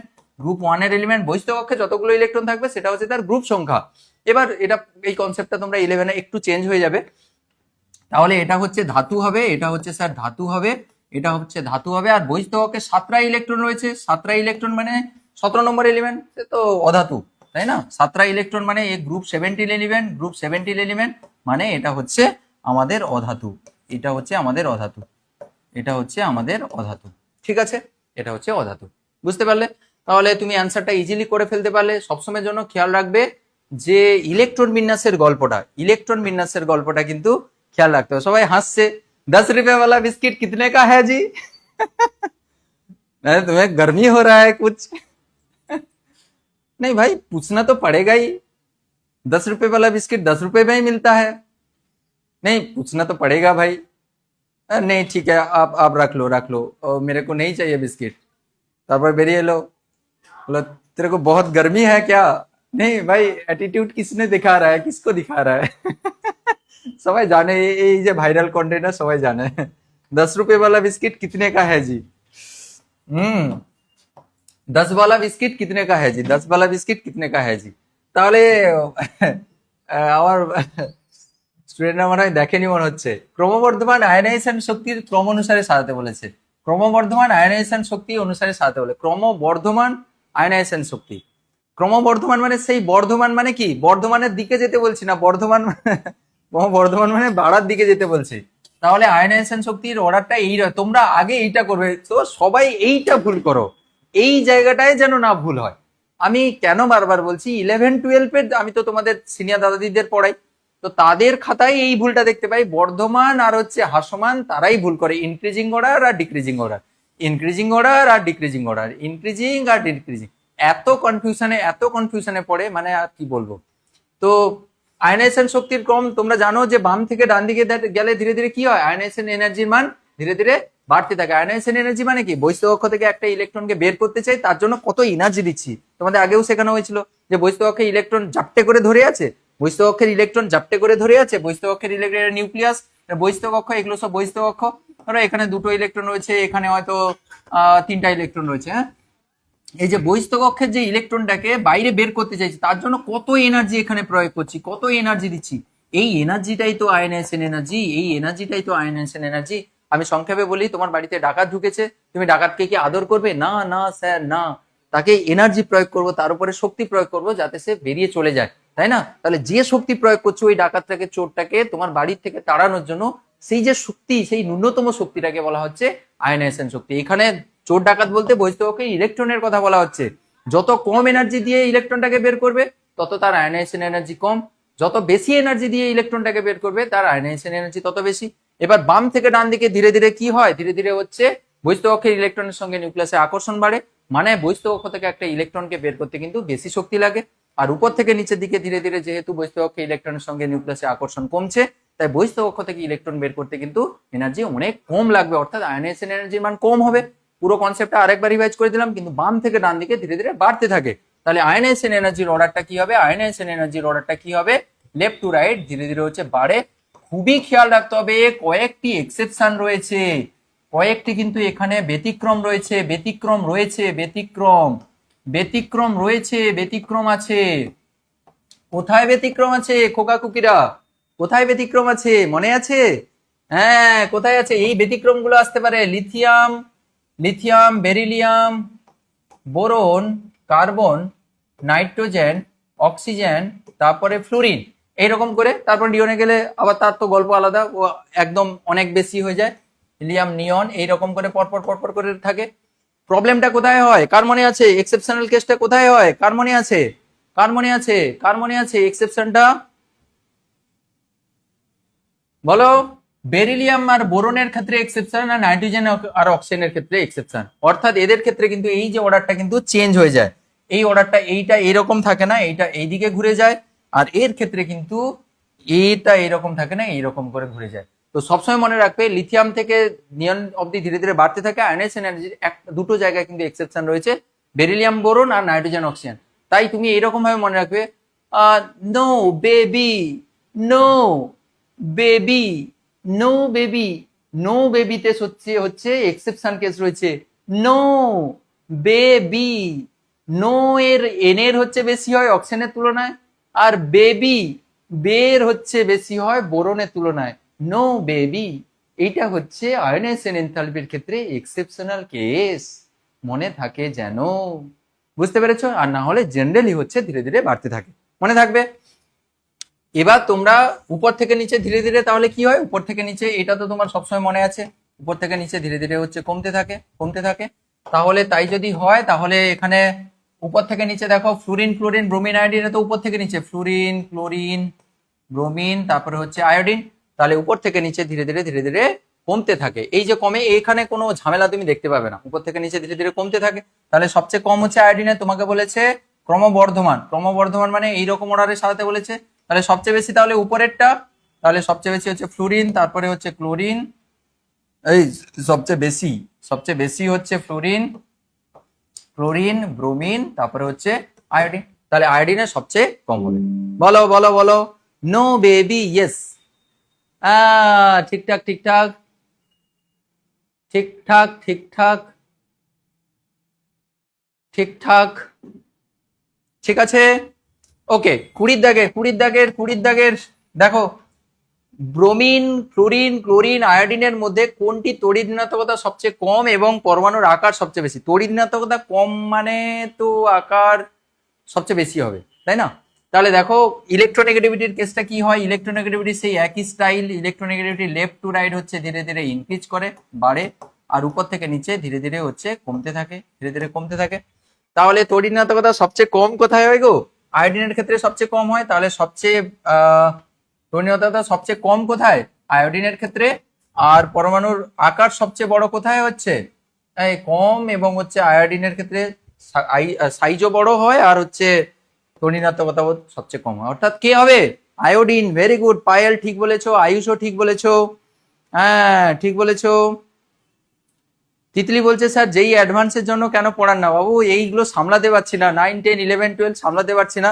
একটু স্টেবল হয়ে যাই 1-1.5 বছরের মধ্যে, তারপরে আমি যেই মেন অ্যাডভান্স পড়ানো শুরু করব। হ্যাঁ, ইভেন নেটটাও ঠিকঠাক করে শুরু করতে পারছি না, অনেক কিছু জিনিস রয়েছে না, 9, 10, 11, 12 অফলাইন অনলাইন, এত বড় টিম, এত কিছু ম্যানেজ করতে হচ্ছে। সো টাইম লাগবে একটু, তারপর শুরু করব, অবশ্যই পড়াবো। যেই মেন অ্যাডভান্স পড়ানোর তো খুব ইচ্ছে রয়েছে, দেখা যাক। সন্ধিগত ধাতু বলতে কি বোঝায় একটি উদাহরণ দাও। বড় কোশ্চেন এবার চলে এসছে। সন্ধিগত মৌল তোমরা জানো যে গ্রুপ 1, 2 এবং হচ্ছে বাম দিকে ধাতু এবং ডান দিকে অধাতুর মধ্যবর্তী যে এলিমেন্ট গুলো রয়েছে, অর্থাৎ গ্রুপ কত থেকে শুরু করে? গ্রুপ 13 থেকে, গ্রুপ 13 নয়, গ্রুপ হ্যাঁ 1, 2, তারপরে হচ্ছে 3 থেকে শুরু করে, গ্রুপ 3 থেকে শুরু করে কত অবধি গো? গ্রুপ 3 থেকে শুরু করে গ্রুপ 12 অবধি। এই যে এলিমেন্ট গুলো, এগুলোকে বলা হচ্ছে সন্ধিগত মৌল, যেগুলো হচ্ছে ধাতু এবং অধাতুর মধ্যবর্তী স্থানে থাকে, অর্থাৎ ধাতু এবং অধাতুর মধ্যে কিন্তু সন্ধি স্থাপন করে। এগুলো হচ্ছে সন্ধিগত মৌল। এবং উদাহরণ দিতে বলেছে, কত এক্সাম্পল রয়েছে, কত নিকেল, কোবাল, প্লাটিনাম, প্যালাডিয়াম, কত কিছু রয়েছে, ঠিক আছে, স্ক্যান্ডিয়াম, টাইটেনিয়াম, কত কিছু রয়েছে। তো উদাহরণ দিয়ে দিবে, স্ক্যান্ডিয়াম একটা উদাহরণ দিয়ে দিলাম, কপার দিয়ে দিলাম, না কপার নিকেল দিয়ে দিলাম। এত কিছু থাকতে থাকতে ওখানে একটু গন্ডগোল আছে। কপারকে বলা হয় কিন্তু জিঙ্ককে বলা হয় না সন্ধিগত মৌল, এটা খেয়াল রাখবে। কিন্তু জিঙ্ককে কিন্তু সন্ধিগত মৌল বলা হয় না, জিঙ্ককে কিন্তু সন্ধিগত মৌল বলা হয় না, তবে এটা খেয়াল রাখবে একদম। আর এই জায়গাটা মারাত্মকভাবে ইম্পর্টেন্ট, আমি সব বলে দিলাম। আয়নেশন এনার্জি, আর আয়নেশন এনার্জি আরেকটু বলে দিই। আয়নেশন এনার্জি থেকে আর যেটা আসে পরীক্ষায় কোশ্চেন, সেটা হচ্ছে এটা ইউনিট আসে। আয়নাইজেশন শক্তির হচ্ছে একক কি হবে, এর এককটাও পরীক্ষার জন্য করে রাখবে। এর একক হচ্ছে কি গো, electron volt per atom. Electron volt per হচ্ছে atom, electron volt per atom মানে ইলেকট্রন ভোল্ট প্রতি পরমাণু, বা হচ্ছে কি কিলোজুল বা kilo calorie per mole, kilojoule per mole, kilojoule per mole বা kilo calorie per mole, kilo calorie per mole. এটাও পরীক্ষায় আসে, এটাও পরীক্ষায় কোশ্চেন আসে। কার কোন প্রপার্টিটা পিরিয়ডিক টেবিলে পড়েছো যার ইউনিট নেই বলো তো দেখি, আমি অপশন দিচ্ছি। আয়নাইজেশন শক্তি, তড়িৎ ঋণাত্মকতা, পারমাণবিক ব্যাসার্ধ, আর কি ধাতব না, আর হচ্ছে ইলেকট্রন গ্রহণ এনথালপি। কার ইউনিট নেই, একক নেই বলতো, একক বিহীন এই চারটার মধ্যে বলতে পারবে? একক নেই কার? অর্ণব মন্ডল বলো বলো বলো বলো। পরমাণু নিউক্লিয়াস আজকে হবে, পরমাণু নিউক্লিয়াস আজকে হবে, বলো বলতে পারবে? মনে রাখবে সবসময়ের জন্য, তড়িৎ ঋণাত্মকতার কিন্তু কোনো একক থাকে না। তড়িৎ ঋণাত্মকতা বা ইলেকট্রোনেগেটিভিটির কোনো একক থাকে না, মনে থাকে জানো। তড়িৎ ঋণাত্মকতা বা ইলেকট্রোনেগেটিভিটির কোনো ইউনিট থাকে না। ঠিক আছে, খেয়াল রাখবে সবসময়ের জন্য। ওকে ঠিক আছে, ওকে ঠিক। নেক্সট কোয়েশ্চেন, কোনটা হলো কোনটা হলো কোনটা হলো, এগুলো তো হয়ে গেল, সন্ধিগত ধাতু তো হয়ে গেল। আচ্ছা 22 দাগের কোশ্চেনটা দেখো। 22 কি বলেছে, কোন মৌলের আয়নাইজেশন শক্তি সর্বনিম্ন? কোন মৌলের আয়নাইজেশন সর্বনিম্ন?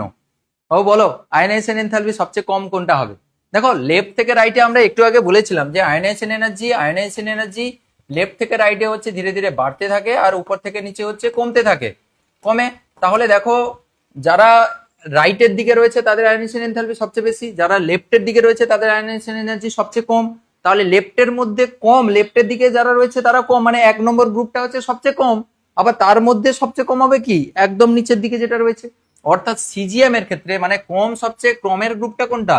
Lithium, sodium, potassium, rubidium, caesium, এগুলো হচ্ছে কমের গ্রুপ, গ্রুপ 1 এর এলিমেন্ট। কিন্তু এদের মধ্যে আবার সবচেয়ে কম কোনটা? উপর থেকে নিচের দিকে তো ধীরে ধীরে আবার কমতে থাকে আয়নাইজেশন এনথালপি। তাহলে সবচেয়ে কম কোনটা হবে? দেখি বন্ধুগণ কি বলছে, বন্ধুগণ কি বলছে, সিজিয়াম, সিজিয়াম, সিজিয়াম, ঠিক বলেছো, সিজিয়াম, সিজিয়াম, সিজিয়াম। না আয়োডিন হবে না, আয়োডিন দেখো লেফট থেকে রাইটে তো ধীরে ধীরে বাড়তে থাকছে, তাহলে গ্রুপ 17 তো বেশি হবে। গ্রুপ 1 এ সবচেয়ে কম, গ্রুপ 2 তে ধীরে ধীরে, গ্রুপ 3, 4, 5, 6 ধীরে ধীরে তো বাড়তে থাকছে। ব্যাপারটা বুঝতে পারছো না তোমরা? ব্যাপারটা বুঝতে পারলে না? বুঝতে পারছো না নাকি তোমরা? আমাকে কি বলতে হবে নাকি আবার? ডিসিপ্লিন ব্যাকগ্রাউন্ড, ওহ কোথায় গেল? এই যে দেখো গ্রুপ, এইদিকে হচ্ছে গ্রুপ 1, গ্রুপ 2, 3, 4, 5, 6 এরকম করে 7, 8, 9, 10 এরকম করে পরপর 18 অব্দি রয়েছে। এটা আধুনিক দীর্ঘ পর্যায় সারণী নয়, এটা মডিফাইড রূপ মেন্ডেলিফের। তাই বামের দিকে তো সবচেয়ে কম, তারপরে তো ধীরে ধীরে এই গ্রুপগুলো তো বাড়তে বাড়তে বাড়তে বাড়তে বাড়তে বাড়তে বাড়তে বাড়তে এখানে তো সবচেয়ে বেশি হয়ে গেল। তাহলে কমের মধ্যে তোমাকে বলেছে, কমের মধ্যে, কম গ্রুপের মধ্যে আরো সবচেয়ে কম কোনটা? তাহলে তুমি তো জানো যে এটা ক্রমের গ্রুপ, এটা তো সবচেয়ে বেশি গ্রুপ, ধীরে ধীরে তো ধীরে ধীরে বাড়তে থাকছে। এই কমের মধ্যে একদম কম কোনটা? উপর থেকে নিচে তো আবার ধীরে ধীরে ধীরে ধীরে তো কমতে থাকে। সিজিয়াম হচ্ছে সবচেয়ে কম, এটা তো তেজস্ক্রিয়তার জন্য একে ধরা হয় না, তাহলে এইটাই হচ্ছে সবচেয়ে কম হবে। আর যারা আয়োডিন বলছো, দেখো আয়োডিন কেন হবে না, কারণ বামের দিকে তো ধীরে ধীরে, ডান দিকে তো ধীরে ধীরে বাড়তে থাকছে, তাহলে বাড়ার দিকে আমি কেন ধরবো? বুঝতে পেরেছো সবাই? বুঝতে পেরেছো কিনা বলো? বুঝতে পেরেছো সবাই? ওকে, নেক্সট হচ্ছে আধুনিক দীর্ঘ পর্যায় সারণীর কোন শ্রেণীতে গ্যাসীয়, তরল এবং কঠিন মৌল অবস্থান করে? গ্যাসীয়, কঠিন, তরল, গ্যাস, কঠিন, তরল, গ্যাসীয় সবাই রয়েছে। একদম সহজ কোশ্চেন, মাধ্যমিক 2025 কোশ্চেন নাকি এটা? তাহলে কোন শ্রেণীতে, কোন শ্রেণীতে কঠিন, তরল, গ্যাস সবাই রয়েছে? সবাই জানো এটা, সবাই বলো এটা, সবাই বলো এটা, সবাই বলো, দেখি কতজন ঠিকঠাক অ্যান্সার দেয়। গ্রুপ 17, একদম একদম কবিতা, ঠিক বলেছো। তাহলে গ্রুপ 17 কিন্তু কঠিন, তরল আর গ্যাসীয় সবাই রয়েছে। গ্যাসীয় কোনটা? ফ্লুরিন আর হচ্ছে ক্লোরিন হচ্ছে গ্যাস, তাই না? তরল কোনটা? Bromine, fluorine, chlorine, bromine. আর কঠিন হচ্ছে আয়োডিন, এটা হচ্ছে, ঠিক আছে, fluorine, chlorine, bromine, iodine, F2Cl2 Br2 আর হচ্ছে I2, এটা F2, এটা Cl2, এটা Br2, ঠিক আছে এগুলো। তাহলে গ্রুপ 17 দীর্ঘ পর্যায় সারণীর প্রথম পর্যায়ে অবস্থিত নিষ্ক্রিয় গ্যাসটির নাম। প্রথম পর্যায়ে অবস্থিত নিষ্ক্রিয় গ্যাসটির নাম কি? প্রথম পর্যায়ে যে নিষ্ক্রিয় গ্যাসটা রয়েছে সেটার নাম কি? একদম সহজ কোশ্চেন। কি গো, দীর্ঘ পর্যায় সারণীর প্রথম পর্যায়ে অবস্থিত নিষ্ক্রিয় গ্যাস সবাই জানো কি? হিলিয়াম। হিলিয়াম হচ্ছে পর্যায় সারণীর একটাই নিষ্ক্রিয় মৌল, তাই না? ঠিক আছে, চলো নেক্সট কোশ্চেনে যাচ্ছি। নেক্সট কোশ্চেন, পর্যায় সারণী পর্যায় এবং শ্রেণী বরাবর মৌলের আয়নাইজেশন শক্তি কিভাবে পরিবর্তিত? অলরেডি আমরা ডিসকাস করে দিয়েছি আয়নাইজেশন শক্তি কিভাবে চেঞ্জ হয়, আয়নাইজেশন এনার্জি অলরেডি আমরা ডিসকাস করে দিয়েছি। ধীরে ধীরে এগুলো হচ্ছে ধীরে ধীরে বাড়ে আর হচ্ছে উপর থেকে নিচের দিকে ধীরে ধীরে হ্রাস পায় বা হচ্ছে কমতে থাকে। ঠিক আছে, আয়নাইজেশন এনার্জি এইভাবে চেঞ্জ হয়। এখানে কতগুলো এক্সেপশন রয়েছে, তাই সবসময় লিখবে যখন লেখার সময় এই কথাটা লিখবে যে সাধারণত সাধারণত বাম থেকে ডান দিকে আয়নাইজেশন শক্তি ধীরে ধীরে বাড়তে থাকে। কেন বলতো, ওই এক্সেপশনাল কেস রয়েছে, তাহলে জেনারেলি বলে দিলে তুমি বেঁচে গেলে। নেক্সট কোশ্চেন, মৌলের আয়নায়ন বা আয়নীভবন শক্তি বলতে কি বোঝো? লং কোশ্চেনে চলে এলাম। আয়নীভবন শক্তি বা আয়নাইজেশন এনার্জি বলতে কি বোঝায়? আর এই সকল যে মৌলগুলো দেওয়া রয়েছে তাদের আয়নাইজেশন এনার্জির ঊর্ধ্বক্রম তোমাকে সাজাতে বলেছে, তাহলে ঊর্ধ্বক্রম তো তুমি সাজিয়ে দেবে অবশ্যই। আয়নাইজেশন শক্তির ডেফিনেশন তোমাকে বলেছে, তাহলে ডেফিনেশন কি বলা হয়? যে কোনো গ্যাসীয় মৌলের, মন দিয়ে শুনবে, গ্যাসীয় মৌল কিন্তু না বললে ভুল হয়ে যাবে। কোনো গ্যাসীয় মৌলের পরমাণুর, কোনো গ্যাসীয় মৌলের বিচ্ছিন্ন পরমাণুর, কোনো গ্যাসীয় মৌলের পরমাণুর সর্ববহিস্থ কক্ষের সবচেয়ে আলগাভাবে যে ইলেকট্রনটি রয়েছে ওই ইলেকট্রনটাকে নিউক্লিয়াসের আকর্ষণ বল থেকে ছিন্ন করে অসীম দূরত্বে পাঠিয়ে দিতে যে ন্যূনতম শক্তি প্রয়োগ করতে হয়, দিয়ে ওই মৌলটিকে একক ধনাত্মক চার্জ বিশিষ্ট ক্যাটায়নে পরিণত করা হয়, সেই ন্যূনতম শক্তিকে বলা হয় ওই মৌলের পরমাণুর প্রথম আয়নীভবন শক্তি। কিছুই নয়, অনেক কিছু জিনিস রয়েছে। তুমি ভাবছো আমি মুখস্থ করেছি নাকি? না, মুখস্থ করিনি। কনসেপ্ট তো যে গ্যাসীয় মৌলের পরমাণুর সর্ববহিস্থ কক্ষের ইলেকট্রনটাকে বের করলে কি হবে? এটা এম প্লাসে পরিণত হবে এবং এটা গ্যাসীয় অবস্থায় থাকবে, তাই না? এরকম গ্যাসীয় মৌলের পরমাণুর সর্ববহিস্থ কক্ষের ইলেকট্রনটাকে বের করে এই একক ধনাত্মক চার্জ বিশিষ্ট ক্যাটায়নে পরিণত করতে যে পরিমাণ শক্তি দেওয়া হচ্ছে, ন্যূনতম যে পরিমাণ শক্তি দেওয়া হচ্ছে, এই যে শক্তিটা প্রয়োগ করা হচ্ছে, যার দরুন বহিস্থ কক্ষের ইলেকট্রনটা ছেড়ে চলে যাচ্ছে অসীম দূরত্বে, সেই ন্যূনতম শক্তিকে বলা হচ্ছে আয়নাইজেশন শক্তি। মন দিয়ে খেয়াল রাখবে, কিন্তু এই গ্যাসটা কিন্তু না মেনশন করতে ভুলবে না, এই গ্যাসটা কিন্তু মেনশন করতে ভুলবে না। ঠিক আছে, আর এখানে তোমাকে বলেছে আয়নায়ন শক্তির ঊর্ধ্বক্রম সাজাতে। ঊর্ধ্বক্রম তুমি সাজাও, উপর থেকে নিচে, এগুলো তো সব একই গ্রুপে রয়েছে, তাহলে ঊর্ধ্বক্রম মানে এইরকম ভাবে চলতে থাকবে, এইরকম ভাবে চলতে থাকবে, তাই না? তাহলে সবচেয়ে কম কোনটা গো? সবচেয়ে বেশি হবে, তাহলে উপর থেকে নিচের দিকে ধীরে ধীরে কমতে থাকে, তাহলে সবচেয়ে বেশি হবে বাম দিকে যেটা রয়েছে লিথিয়াম, তারপরে সোডিয়াম, তারপরে পটাশিয়াম, তারপরে রুবিডিয়াম, তারপরে সিজিয়াম, এইভাবে। ঠিক আছে, এটা হচ্ছে ঊর্ধ্বক্রম অনুযায়ী সাজানো হয়েছে। হয়ে গেল। ঠিক আছে, আয়নাইজেশন এনথালপির একক হয় ইলেকট্রন ভোল্ট পার অ্যাটম বা কিলোজুল পার মোল বা কিলো ক্যালোরি পার মোল। ঠিক আছে, আয়নীভবন এনথালপির ইউনিটটাও পরীক্ষার জন্য ইম্পর্টেন্ট। নেক্সট কোশ্চেন, এই টাইপের কোশ্চেন গুলো কিন্তু মারাত্মকভাবে ইম্পর্টেন্ট, খুবই ইম্পর্টেন্ট। এই ধরনের কোশ্চেন গুলো পরীক্ষার জন্য খুব খুব খেয়াল রাখতে হবে। সেটা কি, যে এবিসি মৌলগুলির পারমাণবিক সংখ্যা হলো যথাক্রমে এখানে দেওয়া রয়েছে। এটা এ মৌল, তোমরা সবাই জানো যে এই টাইপের পরীক্ষায় হচ্ছে কোশ্চেন আসে। এ বি আমি সুন্দর করে শিখিয়ে দিচ্ছি, এই টাইপের যা কোশ্চেন আসুক না কেন তুমি ইজিলি করতে পারবে। তাহলে এবিসি তিনটা মৌল দেওয়া রয়েছে, এর পারমাণবিক ক্রমাঙ্ক হচ্ছে 3, বি এর হচ্ছে 11 আর সি এর হচ্ছে 19। জিজ্ঞাসা করেছে মেন্ডেলিফের, এটা ফ হবে, ফ ফ ফ মেন্ডেলিফের পর্যায় সারণীতে মৌল তিনটির অবস্থান কোন শ্রেণীতে রয়েছে? মৌল তিনটির অবস্থান দেখো বাবু, তোমাদের বলেছি সবসময় যে পারমাণবিক ক্রমাঙ্ক দিয়ে যখনই কোনো কোশ্চেন থাকবে পর্যায় সারণীতে, বিশেষ করে তোমার টার্গেট হচ্ছে প্রথমে ইলেকট্রন বিন্যাস সাজিয়ে নেওয়া, তাই না? তাহলে 3 যেটা রয়েছে, এ যেটা রয়েছে, ওর অ্যাটমিক নাম্বার তো 3, ওর ইলেকট্রন বিন্যাস কি হবে? 2 আর 1। যেটা 11 রয়েছে, অ্যাটমিক নাম্বার 11, ওর কি হবে? ওর হচ্ছে, আচ্ছা এইরকম না লিখে, আচ্ছা ঠিক আছে কোনো ব্যাপার নয়, আমি নিচে লিখলেও ভালো হতো। এর ক্ষেত্রে কি হবে? 2, 8 আর হচ্ছে 1। আচ্ছা 19 যেটা রয়েছে সি, ওটার হচ্ছে 19 অ্যাটমিক নাম্বার, ওর ইলেকট্রন বিন্যাস কি হবে? এইরকম না লিখে এইখানে লিখলে ভালো হতো, এইরকম 11 এখানে 19 এরকম লিখলে ভালো হতো, কারণ অ্যাটমিক নাম্বার ওই জায়গায় লেখা হয়। তাহলে ওইখানে আমি রিপ্লেস করে দিচ্ছি। হ্যাঁ, দাঁড়াও, ইয়েস, এই যে হলো এইটা। তাহলে এরও ইলেকট্রন বিন্যাস লেখো, দেখো 2, 8 আর 16, 17, 18, 19, 1 আর বাকি 1 রয়েছে। তাহলে বহিস্থ ইলেকট্রন সংখ্যাটা দেখো, এর হচ্ছে একটা, এর একটা, এর হচ্ছে একটা। এবার তোমাকে কি জিজ্ঞাসা করেছে বলো, মেন্ডেলিফের পর্যায় সারণীর মৌল তিনটির অবস্থান কোন শ্রেণীতে? বুঝতে পারছো, বহিস্থ ইলেকট্রন যত হয় সেটা হচ্ছে তার শ্রেণী সংখ্যা। জেনারেল সেন্সে এটা আমি বলছি, 11-এ উঠলে এটা একটু এদিক ওদিক হবে, বাট এই ক্লাসে তুমি জেনে রাখো যে বহিস্থ কক্ষে কতগুলো ইলেকট্রন রয়েছে, সেই ইলেকট্রন সংখ্যায় হচ্ছে যতগুলো ইলেকট্রন সেটা হচ্ছে তার শ্রেণী সংখ্যা। তাহলে এটা কত নম্বর গ্রুপে? সবাই হচ্ছে গ্রুপ 1 এর এলিমেন্ট, সবাই হচ্ছে গ্রুপ 1 এর এলিমেন্ট, তাই না? তাহলে 1 নম্বর গ্রুপে, আচ্ছা যেহেতু এখানে মেন্ডেলিফের বলেছে তাই গ্রুপ 1 বলছি, গ্রুপ 1A বলতে পারো, গ্রুপ 1A বা গ্রুপ 1 এর এলিমেন্ট, ঠিক আছে, যেহেতু বহিস্থ কক্ষে ইলেকট্রন এটা।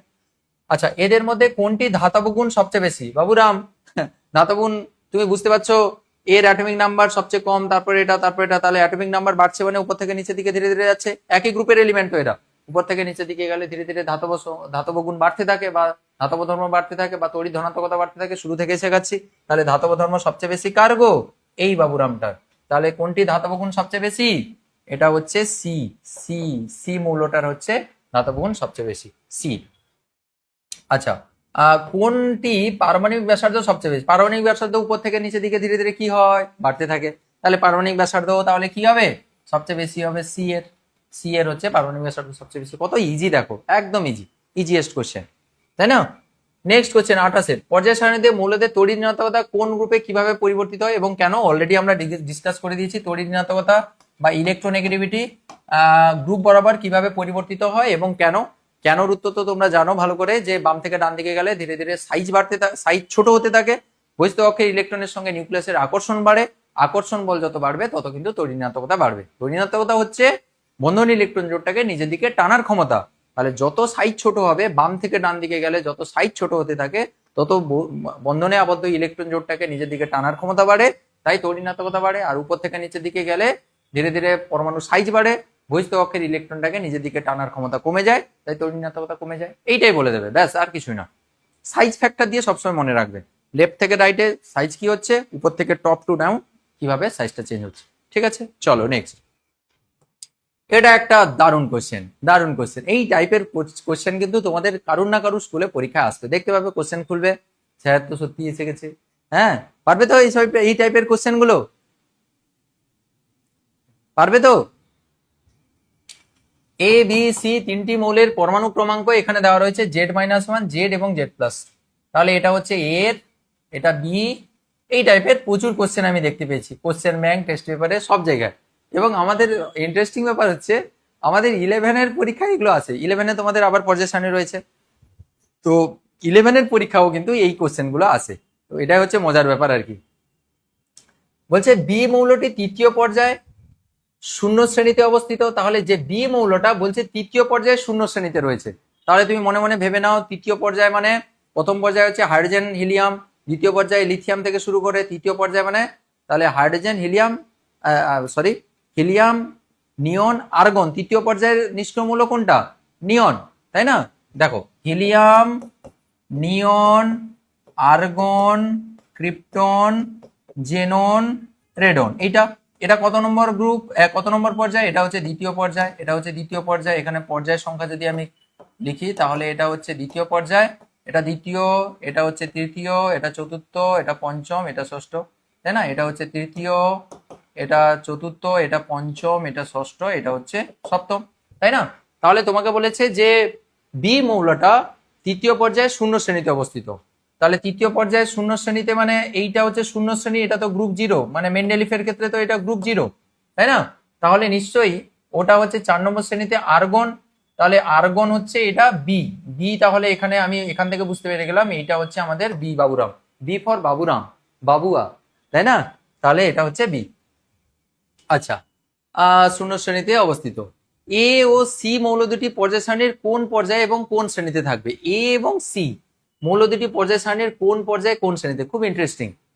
এ এবং সি এর তোমাকে পর্যায় এবং শ্রেণী বের করতে বলেছে। বাবু দেখো, এটা তার পারমাণবিক ক্রমাঙ্কর গল্পটা কি বলছে, যেটার থেকে 1 কম হবে, মানে এর যে অ্যাটমিক নাম্বার, আর্গনের অ্যাটমিক নাম্বার কত, আর্গনের অ্যাটমিক নাম্বার কত, তার থেকে 1 কম হবে।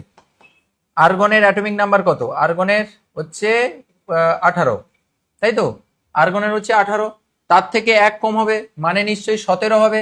তাহলে এখানে এ নিশ্চয়ই, এই যে এ মৌলটা, এ নিশ্চয়ই অ্যাটমিক নাম্বার কি হবে এর ক্ষেত্রে হচ্ছে, অ্যাটমিক নাম্বার জেড হচ্ছে কিন্তু 17, এর ক্ষেত্রে অ্যাটমিক নাম্বার হচ্ছে 17, অ্যাটমিক নাম্বার হচ্ছে এর ক্ষেত্রে 17 হবে, পাক্কা।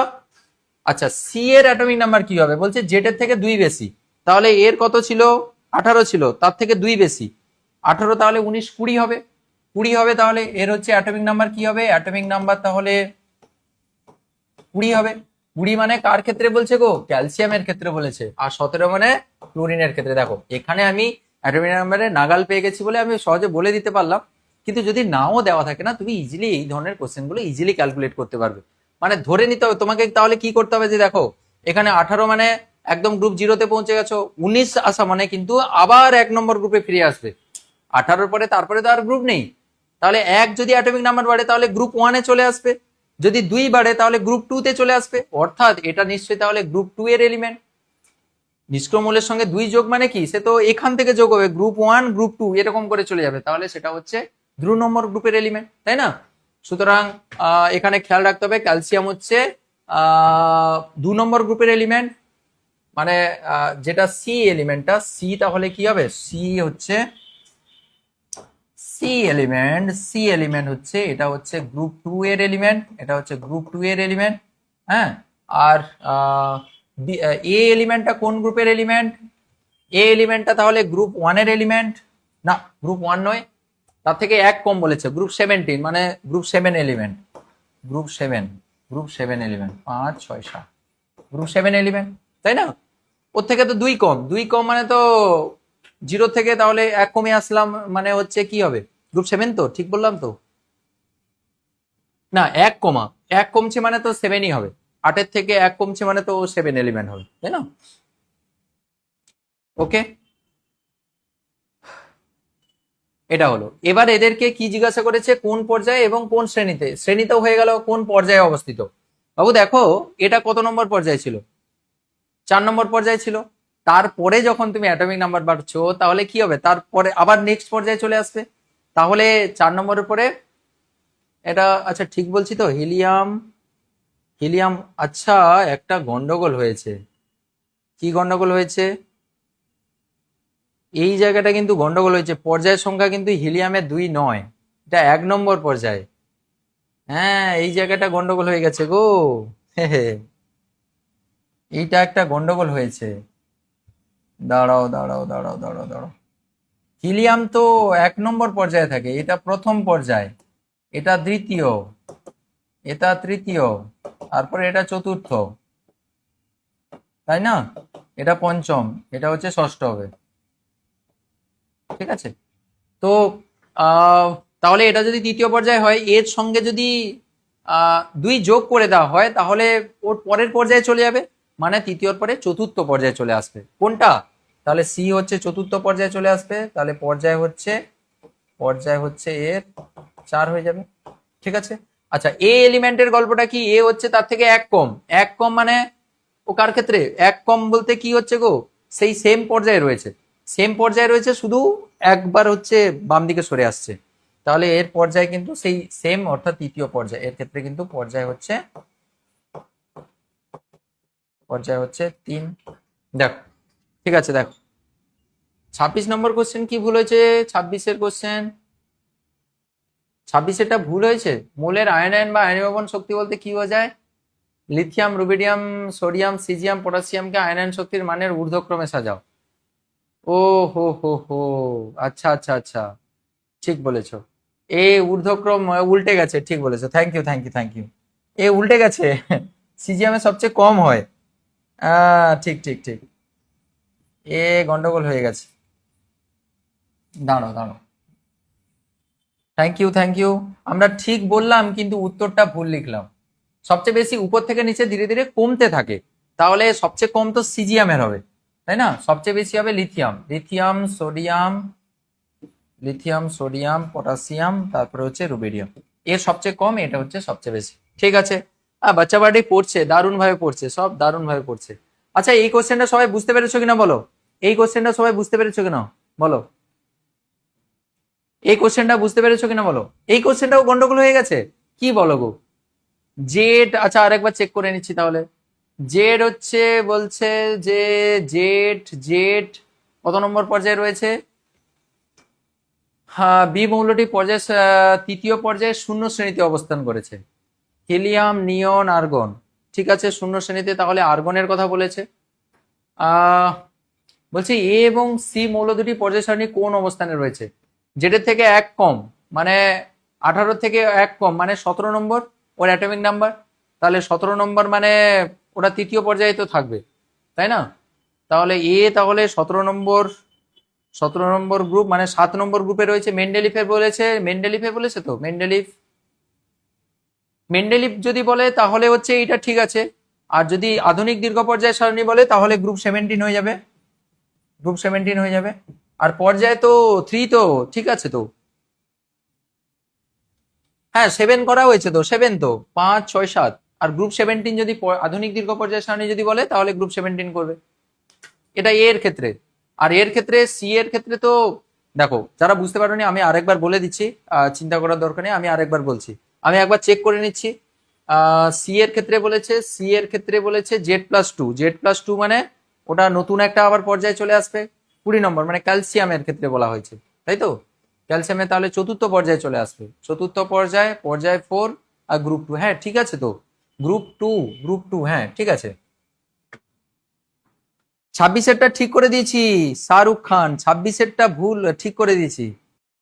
ঠিক আছে, যারা বুঝতে পারোনি খুব সিম্পল জিনিস, তুমি তো এখান থেকে তো দেখতে পাচ্ছ যে আহ, তোমাকে ইন্ডিকেশন দিয়ে দিয়েছে যে জেড হচ্ছে মানে বি যেটা এলিমেন্ট তার অ্যাটমিক নাম্বার জেড। আর জেডটা কি বলছে যে তৃতীয় পর্যায়ে শূন্য শ্রেণীতে অবস্থিত। তৃতীয় পর্যায়ে শূন্য শ্রেণীতে অবস্থান করেছে মানে তো নিষ্ক্রিয় মৌলই হবে, মানে আর্গনই হবে।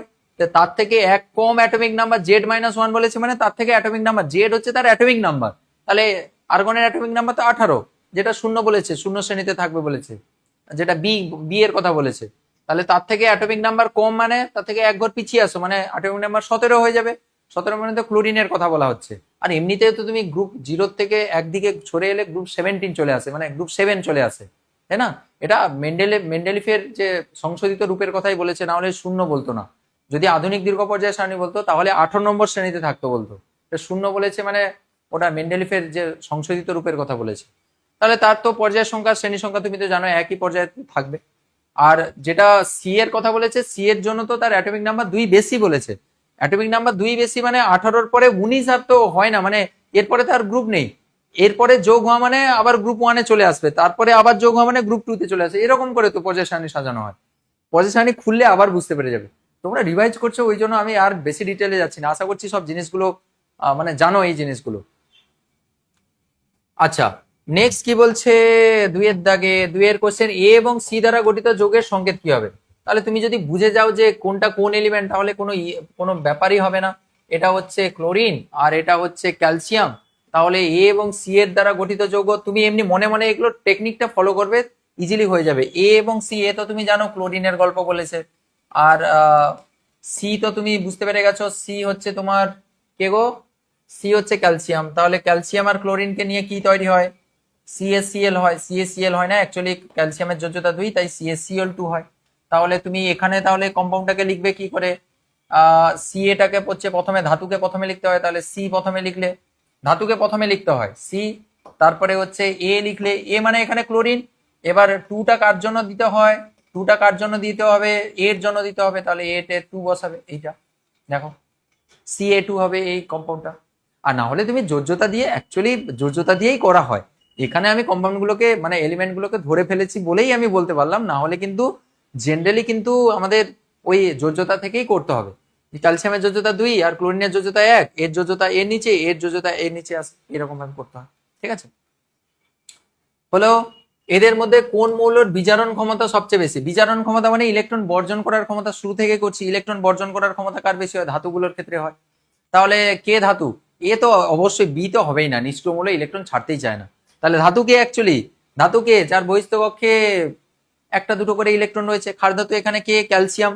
ক্যালসিয়াম যেটা হচ্ছে আমাদের সি এলিমেন্টটা, যেটার অ্যাটমিক নাম্বার 20, ও হচ্ছে ক্ষারীয় মৃত্তিকা মৌল, তাহলে ও সহজে দুটো ইলেকট্রন ছাড়তে পারে। তাহলে এখানে এদের মধ্যে বিজারণ ক্ষমতা কার বেশি হবে? সি এর হচ্ছে বেশি হবে। তার কারণ কি? সি এর বেশি হবে, তার কারণ হচ্ছে এটা হচ্ছে ক্ষারীয় মৃত্তিকা মৌল, এটা হচ্ছে ক্ষারীয় মৃত্তিকা মৃত্তিকা মৌল। ঠিক আছে, হলো। আচ্ছা, এ এবং সি মৌলের মধ্যে কোনটি ধাতু কোনটি অধাতু? এ আর সি এর মধ্যে, হ্যাঁ এগুলো একদম সহজ ব্যাপার। 17 নম্বর ক্লোরিন, ওটা তো অধাতু হবে, তাহলে এ হচ্ছে অধাতু হবে, এ হচ্ছে এখানে অধাতু হবে। আর সিটা কি হবে? সি তো এখানে ক্যালসিয়াম, তাহলে ও হচ্ছে ধাতু হবে, ও ধাতু হবে এখানে, ও ধাতু হবে। এই তো হয়ে গেল। আচ্ছা, এ এবং সি এর যোজ্যতা লেখো।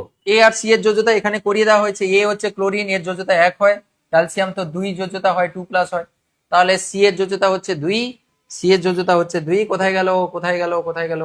এর যোজ্যতা হচ্ছে, এর যোজ্যতা হচ্ছে 1 হয়, আর সি এর যোজ্যতা কি হবে? সি এর যোজ্যতা হচ্ছে 2 হবে। হয়ে গেল। এ এবং সি এর মধ্যে পারমাণবিক ব্যাসার্ধ কার বেশি? এ আর সি এর মধ্যে পারমাণবিক ব্যাসার্ধ কার বেশি হবে? এ কে হচ্ছে, এ হচ্ছে আমাদের বাবুরাম ক্লোরিন, আর সি হচ্ছে আমাদের কে? ক্যালসিয়াম। ক্যালসিয়াম আর ক্লোরিনের মধ্যে কার ব্যাসার্ধ বেশি হবে? ক্যালসিয়ামের ক্ষেত্রে ব্যাসার্ধ বেশি হবে, তাহলে ক্যালসিয়াম মানে হচ্ছে কে গো? সি এর ক্ষেত্রে, তাহলে সি এর ক্ষেত্রে হচ্ছে বেশি হবে। এতগুলো কোশ্চেন ছিল এখানে, প্রচুর প্রচুর পরিমাণে ইম্পর্টেন্ট। তোমাদের টেস্ট পরীক্ষায় যে কোনো সময় এখান থেকে কোশ্চেন আসতে পারে, যে কোনো সময় এখান থেকে কোশ্চেন আসতে পারে। Z-1 ভুল আছে? কোনটা গো, কোনটা কি বলছো? 29-এর Z-1 ভুল আছে, 29-এর Z-1 ভুল। Z-1, Z-1 কি ভুল বলছো? ক্লোরিনের ক্ষেত্রেই তো ঠিকই আছে তো, ঠিক আছে। ওকে, নেক্সট আর একটা দুটো কোশ্চেন এখানে রয়েছে, দিলে আমরা কিসে চলে যাব? অর্গানিক কেমিস্ট্রিতে চলে যাব। ঠিক আছে, এরপরে আমরা অর্গানিক কেমিস্ট্রি। এই যে কোশ্চেন গুলো পুরো সিমিলার ফ্যাশনের কোশ্চেন, দেখো এক্ষুনি যেটা করলাম একদম সিমিলার। সেখানে জেড দিয়ে দেওয়া ছিল, এখানে এন দিয়ে দেওয়া রয়েছে। তো এবিসি মৌলের পরমাণু ক্রমাঙ্ক যথাক্রমে এই একই, পুরো একদম। বি হচ্ছে নিষ্ক্রিয় গ্যাস, সি, এ এবং সি পর্যায় সারণী কোন শ্রেণীতে অবস্থিত, এদের মধ্যে কার বিজারণ ক্ষমতা বেশি, এ সি যুক্ত হলে কি যোগ। একদম সিমিলার প্যাটার্নের কোশ্চেন। দেখো 2025-এ 2024-এ এসেছিল মাধ্যমিকে, 2024-এর মাধ্যমিকে এসেছিল। তো বুঝতে পারছো খুব ইম্পর্টেন্ট, আর টেস্টে এগুলো আসার চান্স প্রচুর, স্যারেরা ভীষণ পছন্দ করেন, স্যার ম্যামরা। Next, lithium, beryllium, boron, carbon, nitrogen পদার্থ মৌলগুলিকে বিজারণ ধর্মের ঊর্ধ্বক্রম, বিজারণ ধর্মের ঊর্ধ্বক্রম ছাড়াতে বলেছে। বিজারণ মানে ইলেকট্রন বর্জন করার ক্ষমতা। ইলেকট্রন বর্জনকে কত সহজে করবে? ইলেকট্রন কখন বর্জন করবে? যদি তার ধাতব ধর্ম বেশি হয়। ধাতব ধর্ম যত বেশি হবে তত তার বিজারণ ক্ষমতা বেশি হবে। তাহলে কার ধাতব ধর্ম বেশি কার কম? তুমি তো জানো লেফট থেকে রাইটে ধীরে ধীরে কি হয়? অধাতব ধর্ম বাড়তে থাকে। তাহলে বিজারণ ক্ষমতা ঊর্ধ্বক্রম বলেছে, মানে বিজারণ ক্ষমতার একের অ্যান্সার করছি আর কি, অ্যান্সার একের অ্যান্সার করছি। বিজারণ ক্ষমতার ঊর্ধ্বক্রম, বিজারণ ক্ষমতার ঊর্ধ্বক্রম মানে এইভাবে চলতে থাকবে। তাহলে বিজারণ ক্ষমতা সবচেয়ে বেশি নিশ্চয়ই লিথিয়ামের, তারপরে হচ্ছে বেরিলিয়াম, তারপরে বোরন, তারপরে কার্বন, নাইট্রোজেন, অক্সিজেন। এগুলো তো অধাতু, তাই না? অধাতুগুলো কি? আচ্ছা, বিজারণ, বিজারণ ধর্ম মানে বিজারণ ক্ষমতা মানে বর্জন করার ক্ষমতা। হ্যাঁ ঠিকই আছে তো, হ্যাঁ ঠিক আছে। বর্জন করার ক্ষমতা, বর্জন করার ক্ষমতা, ধাতুগুলো তো ইলেকট্রন বর্জন করার ক্ষমতা, হ্যাঁ ঠিক আছে। এগুলো হচ্ছে অধাতব ধর্ম বেশি, ইলেকট্রন গ্রহণ করার ক্ষমতা বেশি, মানে জারণ ধর্ম বেশি, ওদের বিজারণ ক্ষমতা বেশি, হ্যাঁ ঠিক আছে। আচ্ছা নেক্সট কি বলছে? তড়িৎ ঋণাত্মকতার ঊর্ধ্বক্রম সাজাতে বলে। তড়িৎ ঋণাত্মকতার ঊর্ধ্বক্রম মানে ঊর্ধ্বক্রম বলতে এইটা। তড়িৎ ঋণাত্মকতা সবচেয়ে কোনটা বেশি হবে? লেফট টু রাইট ধীরে ধীরে বাড়তে থাকে, তাহলে লিথিয়ামের সবচেয়ে কম। Lithium, beryllium, boron, carbon, nitrogen, oxygen ধীরে ধীরে বাড়তে থাকবে। দেখো ঠিক আছে। আচ্ছা নেক্সট হচ্ছে 2-3-এরটা, আয়নাইজেশন শক্তির ঊর্ধ্বক্রম সাজাতে বলেছে। আয়নাইজেশন এনার্জির ঊর্ধ্বক্রম সাজাতে, ঊর্ধ্বক্রম তো এইটা হওয়া উচিত। লিথিয়াম, দেখো এইটা খুব interesting, beryllium, boron, carbon, nitrogen, oxygen, এটা হচ্ছে আয়নাইজেশন এনার্জির ঊর্ধ্বক্রম, এটা আয়নাইজেশন এনার্জির ঊর্ধ্বক্রম। কিন্তু আমি তোমাদের বলেছি যে নো বেবিতে হচ্ছে এক্সেপশনাল কেস থাকে, তাহলে নো বেবি, বেবিতে এক্সেপশনাল কেস থাকে, আর এনোতে এক্সেপশনাল কেস থাকে, অর্থাৎ এইখানে এইরকম ঘুরে যায়। তাহলে সবচেয়ে ভালো হচ্ছে এখানে লেখাটা কেমন উচিত? এইভাবে লিখলে কিন্তু নাম্বার কেটে দেবে। তোমাকে বলেছে আয়নাইজেশন শক্তির ঊর্ধ্বক্রম, মানে সব অ্যারো যেন ওইদিকে, মানে সব ঊর্ধ্বক্রম মানে সব হাঁ যেন ওইদিকে থাকে। তাহলে কি করতে হবে তোমাকে, তাহলে এইভাবে তোমাকে সাজাতে হবে, এইভাবে সাজাতে বলেছে তোমাকে, সবগুলোকে এইভাবে সাজাতে বলেছে। তুমি এইরকম বাঁক করে দিলে হবে না, সবচেয়ে বেস্ট হচ্ছে এইটাকে এইখানে নিয়ে চলে আসো, এইটাকে এখানে নিয়ে চলে আসো, দিলে ঠিক হয়ে যাবে। তাহলে লিথিয়ামের তুলনায় বেরিলিয়াম বেশি, আবার বোরনের তুলনায় বেরিলিয়াম বেশি, তাহলে বোরনকে এখানে নিয়ে চলে আসো, বেরিলিয়ামকে এখানে দিয়ে দাও। এই কেসটা করবে, ঠিক আছে। নাইট্রোজেন অক্সিজেনের ক্ষেত্রেও সেরকম, অক্সিজেন তারপর নাইট্রোজেন করে দেবে। তাহলে এই দুটো জায়গায় কিন্তু তোমাকে খুব কেয়ারফুল থাকতে হবে, এই জায়গায় যেন না ভুলটা হয়ে যায়, এই দুটো জায়গায় যেন না ভুল হয়ে যায়। কিছুই নয়, জাস্ট এটাকে এই পাশে নিয়ে আসবে, এটাকে এই পাশে নিয়ে চলে আসবে, দিলে হয়ে গেল। দিলে ঊর্ধ্বক্রম হলো, না হলে কিন্তু এটা দেখো ঊর্ধ্বক্রম নিম্নক্রম মিক্সিং হয়ে গেছিল এখানে। তোমাকে তো বলেছে যে ঊর্ধ্বক্রমে সাজাতে বলে দেবে, তাই না? হয়ে গেল। এই বুঝতে পেরেছো সবাই? বুঝতে পেরেছো? কালকে ম্যাথমেটিক্স হবে। হলো। নেক্সট, প্রদত্ত মৌলগুলিকে নির্দেশ মতো সাজাতে বলেছে। বোরন, অ্যালুমিনিয়াম, গ্যালিনিয়াম, আয়নীভবন, এনথালপি। আয়নীভবন এনথালপি নর্মাল যেরকম হয় ওরকম করে দেবে, এক্সেপশনাল গুলো তোমাদের এখানে কাজে লাগে না। তো উপর থেকে নিচের দিকে ধীরে ধীরে কি হয়, এটা বোরন, অ্যালুমিনিয়াম, গ্যালিয়াম মানে উপর থেকে নিচে 3 নম্বর গ্রুপের উপর থেকে নিচের দিকে যাচ্ছে, ধীরে ধীরে আয়নায়ন বিভব বা আয়নাইজেশন এনার্জির মান ধীরে ধীরে কমতে থাকে স্যার। তাহলে তোমাকে এখানে বলেছে ঊর্ধ্বক্রমে সাজাতে। ঊর্ধ্বক্রম মানে ক্রমে ঊর্ধ্ব, এইরকম আগে লিখে নেবে। তাহলে সবচেয়ে বেশি হচ্ছে বোরন, অ্যালুমিনিয়াম, তারপরে হচ্ছে গ্যালিয়াম। গ্যালিয়ামের হচ্ছে সবচেয়ে কম, তাই না? উপর থেকে নিচে তো ধীরে ধীরে কমতে থাকে। তাহলে এটা হচ্ছে এখানকার অ্যান্সার হচ্ছে এটা। নেক্সট 2 নম্বর কোশ্চেন বলছে ক্লোরিন, এই যে এলিমেন্ট গুলো রয়েছে তড়িৎ ঋণাত্মকতা নিম্নক্রম, এইখানে একটা প্রবলেম হয়। তড়িৎ ঋণাত্মকতা নিম্নক্রম সাজাতে বলেছি। নিম্নক্রম মানে ক্রমে নিম্নের দিকে যাবে, এইরকম যাবে, এইরকম যাবে, এইরকম যাবে, ঠিক আছে। এবার এখানে দেখো একই গ্রুপে নেই, এলিমেন্ট গুলো একই গ্রুপে নেই। ফ্লুরিন ক্লোরিন আছে, অক্সিজেন সালফার আবার আলাদা গ্রুপ, আবার আর্গন আবার আলাদা গ্রুপ। তাহলে কি করব, বড় সমস্যা আছে, কি করব। এইসব জায়গায় কিন্তু তোমাকে খুব কেয়ারফুল থাকতে হবে। মানে একই গ্রুপ থাকলে তো তুমি ইজিলি করে দিতে পারবে, কিন্তু যদি ডিফারেন্ট ডিফারেন্ট গ্রুপ থাকে তখন কিন্তু সমস্যা হ্যাজ। তাহলে তখন তুমি এটাকে ডিল করবে কি করে, তখন তোমাকে কিন্তু খেয়াল রাখতে হবে সবচেয়ে বেশি আর সবচেয়ে কমটাকে আগে আলাদা করে দাও, দিলে তোমার কাজ হালকা হয়ে যাবে। তুমি তো জানো এটা যে স্যার ফ্লোরিনের হচ্ছে সবচেয়ে বেশি, আর নিষ্ক্রিয় মৌলের তো ইলেকট্রনেগেটিভ সবচেয়ে কম, তাহলে আর্গনের হচ্ছে সবচেয়ে কম। এইটা তো তোমার হয়ে গেল। এবার দেখো অক্সিজেন রয়েছে, ক্লোরিন রয়েছে। তোমাদের অন্য ক্লাসে মানে এটা 11-এ যদি দিত আলাদাভাবে মিক্সিং করতো, এটা তো তোমাকে ইন্ডিকেশন দিয়ে দিয়েছে অ্যাকচুয়ালি, তুমি ইজিলি বুঝতে পেরে যাবে। সবসময় মনে রাখবে ফ্লোরিনের পরে ইলেকট্রোনেগেটিভিটি হচ্ছে অক্সিজেনের। পাউলিং স্কেলে তো এটা যদি মনে রাখতে চাও মনে রাখতে পারো, পাউলিং স্কেলে এর হচ্ছে ইলেকট্রোনেগেটিভ হচ্ছে 4.0, আর অক্সিজেনের ক্ষেত্রে হচ্ছে 3.5, আর ক্লোরিন আর নাইট্রোজেন দুজনের ক্ষেত্রে হচ্ছে 3.0 করে, ঠিক আছে। ক্লোরিন এবং নাইট্রোজেন দুজনের ক্ষেত্রে কিন্তু 3.0 করে। আর অক্সিজেনের হচ্ছে সেকেন্ড হাইয়েস্ট, ক্লোরিন হচ্ছে সবচেয়ে বেশি, তারপরে 3.5 হচ্ছে অক্সিজেনের। আর ক্লোরিন আর নাইট্রোজেন দুজনের কিন্তু সেম। নাইট্রোজেন ক্লোরিন দুজনের ক্ষেত্রে, নাইট্রোজেনের ক্ষেত্রে সেম, একই, ঠিক আছে। তো হয়ে গেল তো, মোটামুটি আমাদের তো কাজ হয়ে গেছে। অক্সিজেন থাকলো, অক্সিজেন সেকেন্ড হাইয়েস্ট। এরপরে কে থাকবে, ক্লোরিনের হচ্ছে 3 হয়, তাহলে ক্লোরিন থাকলো। আর তারপরে আমাদের হারাধনের আরেকটি ছেলে রয়েছে, এই যে সালফার। দেখো ঠিক আছে না? পরমাণু ক্রমাঙ্ক মৌলের রাসায়নিক ধর্মের নিয়ন্ত্রক কেন বলে? পরমাণু ক্রমাঙ্ক হচ্ছে ওটাই হচ্ছে ডিসাইড করে, সমস্ত ক্যারেক্টারকে ডিফাইন করে হচ্ছে পরমাণু ক্রমাঙ্ক। পরমাণু ক্রমাঙ্ক হচ্ছে দ্বারা কোনো মৌলের সমস্ত প্রপার্টি নির্দেশিত হয়। পরমাণু ক্রমাঙ্ক বলতে ওর ইলেকট্রন সংখ্যা, ইলেকট্রন সংখ্যা থেকেই হচ্ছে ওর সমস্ত প্রপার্টি ডিসাইড করা হয়। ওর ধর্ম কেমন হবে, মানে ওর রাসায়নিক ধর্ম কেমন হবে, ও কি কি ধরনের রিয়াকশনে অংশগ্রহণ করবে, ওই জন্য পরমাণু ক্রমাঙ্কে ওকে বলা হয় ওর সমস্ত ধর্মের নিয়ন্ত্রক। পরমাণু ক্রমাঙ্কই হচ্ছে মানে মানে ইলেকট্রন সংখ্যা, এর ইলেকট্রনই তো রিয়াকশনে অংশগ্রহণ করে, মানে রাসায়নিক ধর্মর জন্য ও দায়ী। ইলেকট্রনই হচ্ছে রাসায়নিক ধর্মের জন্য দায়ী, তাই না? তো ওই জন্য ওকে বলা হয়, অ্যাটমিক নাম্বারকে বলা হয় রাসায়নিক ধর্মের নিয়ন্ত্রণ। আচ্ছা, magnesium, sodium, aluminium, calcium, potassium এদের পারমাণবিক ব্যাসার্ধে ঊর্ধ্বক্রম। খুবই সহজ ব্যাপার। এটা কোথায় কোথায় রয়েছে গো? এটা 3 নম্বর পর্যায়ে রয়েছে। দেখো সোডিয়াম,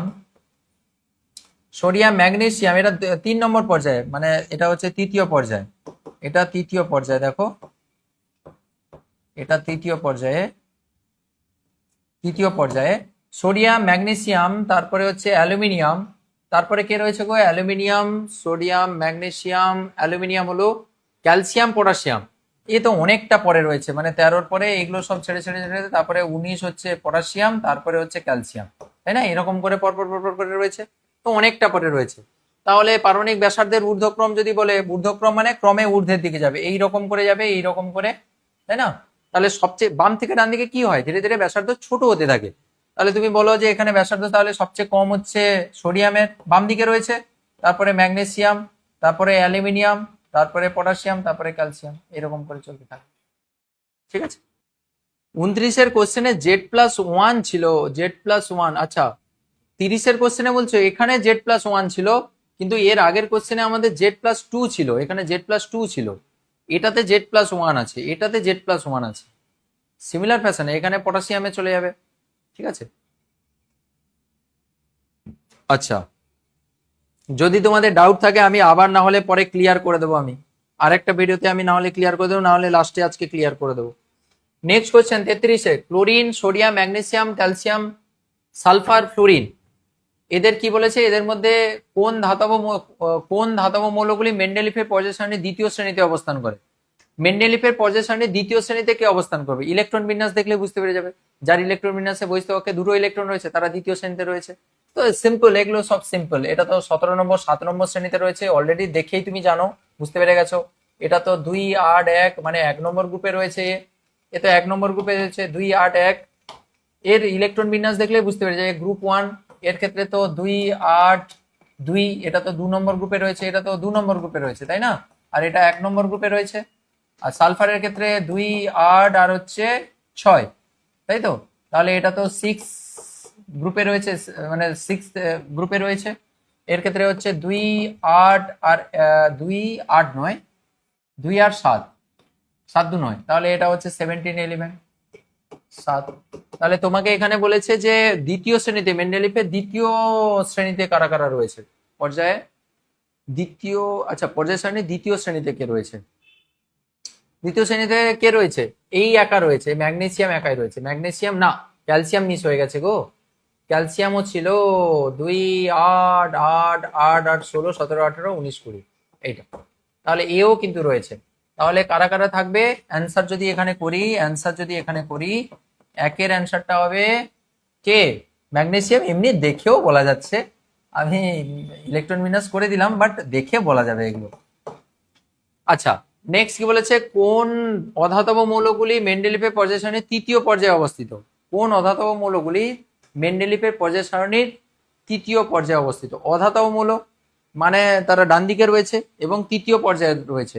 তৃতীয় পর্যায়ে কারা থাকে? তৃতীয় পর্যায়ে সোডিয়াম থেকে, না সোডিয়াম না, আমাদের পটাশিয়াম থেকে শুরু করে, তাই না? তাহলে পটাশিয়ামের পরে যারা রয়েছে তারা হচ্ছে তৃতীয় পর্যায়ে রয়েছে।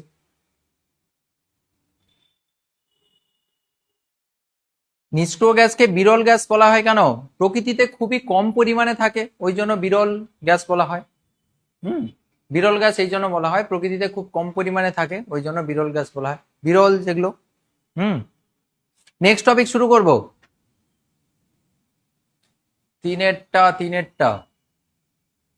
তিনেরটা ভুল আছে বলছো। পারমাণবিক ব্যাসার্ধের ঊর্ধ্বক্রম কি ভুল আছে? ঠিকই তো আছে মনে হচ্ছে, পটাশিয়াম, তারপরে ক্যালসিয়াম। এইটাতে কি মিস্টেক আছে বলছো নাকি? মিস্টেক থাকলে একটা জায়গায় থাকতে পারে, এই জায়গাটায় হতে পারে। সোডিয়াম, ম্যাগনেসিয়াম, অ্যালুমিনিয়াম ঠিকই আছে, বাম থেকে ধীরে ধীরে ডান দিকে বাড়ছে। এই জায়গাটা একটু গন্ডগোল হলে হতে পারে এই জায়গাটায়। ক্যালসিয়াম আর পটাশিয়াম কেন বলছি বলতো? এটা নতুন আবার জায়গায় চলে আসছে, তো নতুন পর্যায়ে চলে আসছে। এইটার কথা কি বলছো? হতে পারে এই জায়গাটায় কিছু গন্ডগোল হতে পারে, এই জায়গাটায় মানে হয় এইটা এখানে চলে আসতে পারে মনে হচ্ছে। ক্যালসিয়ামের তুলনায় পটাশিয়াম বেশি হয়ে যেতে পারে, তাই না? এই জায়গাটায় এটা হতে পারে। সালফার ক্লোরিনের মধ্যে এটা তো ঠিক আছে মনে হচ্ছে, সালফার আর ক্লোরিনের তো বেশি হয় সালফারের তুলনায় নাকি? আচ্ছা, একবার আমি চেক করে নিচ্ছি, 1 মিনিট দাঁড়াও। সালফার আর ক্লোরিনের মধ্যে আমি একবার চেক করে নিচ্ছি। না, ক্লোরিনেরটা ঠিক আছে, এটা তো ঠিক আছে, এটা ঠিক আছে। হ্যাঁ, এই জায়গাটায় কিছু গন্ডগোল হতে পারে, এই জায়গাটা মনে হয় কিছু গন্ডগোল হতে পারে, আমারও মনে হচ্ছে এই জায়গাটায় নতুন পর্যায়ে চলে যাচ্ছে, তো এই জায়গাটায় কিছু গন্ডগোল হতে পারে। একবার মিলিয়ে নেবে তো, এটা মিলিয়ে নেবে তো। আমারও মনে হচ্ছে যে এই জায়গাটা কিছু গন্ডগোল হয়েছে, আগে ক্যালসিয়াম তারপরে পটাশিয়াম হতে পারে, এটা ক্যালসিয়াম পটাশিয়াম, ক্যালসিয়াম তারপরে হচ্ছে পটাশিয়াম। এই জায়গাটা একবার দেখে নেবে তো, আমারও মনে হচ্ছে একবার তাও চেক করে নেবে, ঠিক আছে, একবার চেক করে নেবে। এই রকমই পরীক্ষায় আসবে, এই রকম ট্রিকি কোশ্চেন গুলোই পরীক্ষায় দেয়, বিশেষ করে স্কুলের কোশ্চেনে। আচ্ছা, আর আর যেটা বলছিলাম, কোন অধাতব মৌলগুলি মেন্ডেলিফের পর্যায় সারণীর তৃতীয় পর্যায়ে অবস্থিত? তৃতীয় পর্যায়ে কোনগুলো অবস্থিত?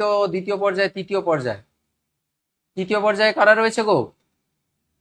দেখো, 2 নম্বর পর্যায়ে, প্রথম পর্যায়ে কারা থাকে? প্রথম পর্যায়ে থাকে লিথিয়াম আর হচ্ছে হাইড্রোজেন আর হিলিয়াম।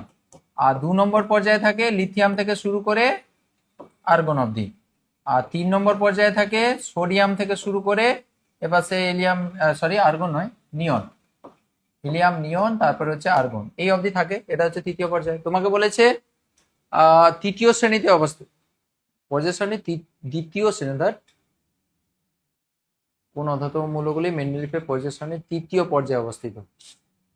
সোডিয়াম থেকে আর্গনের মধ্যে যারা যারা পড়ছে, তাহলে সোডিয়াম হবে, ম্যাগনেসিয়াম হবে। তাহলে উত্তরগুলো লিখছি, সোডিয়াম হবে, ম্যাগনেসিয়াম হবে, সোডিয়াম হবে, ম্যাগনেসিয়াম হবে, আর কি হবে? আর হবে সালফার হবে, আর কোনটা হবে? আর কেউ হবে? হ্যাঁ, ক্লোরিন হবে।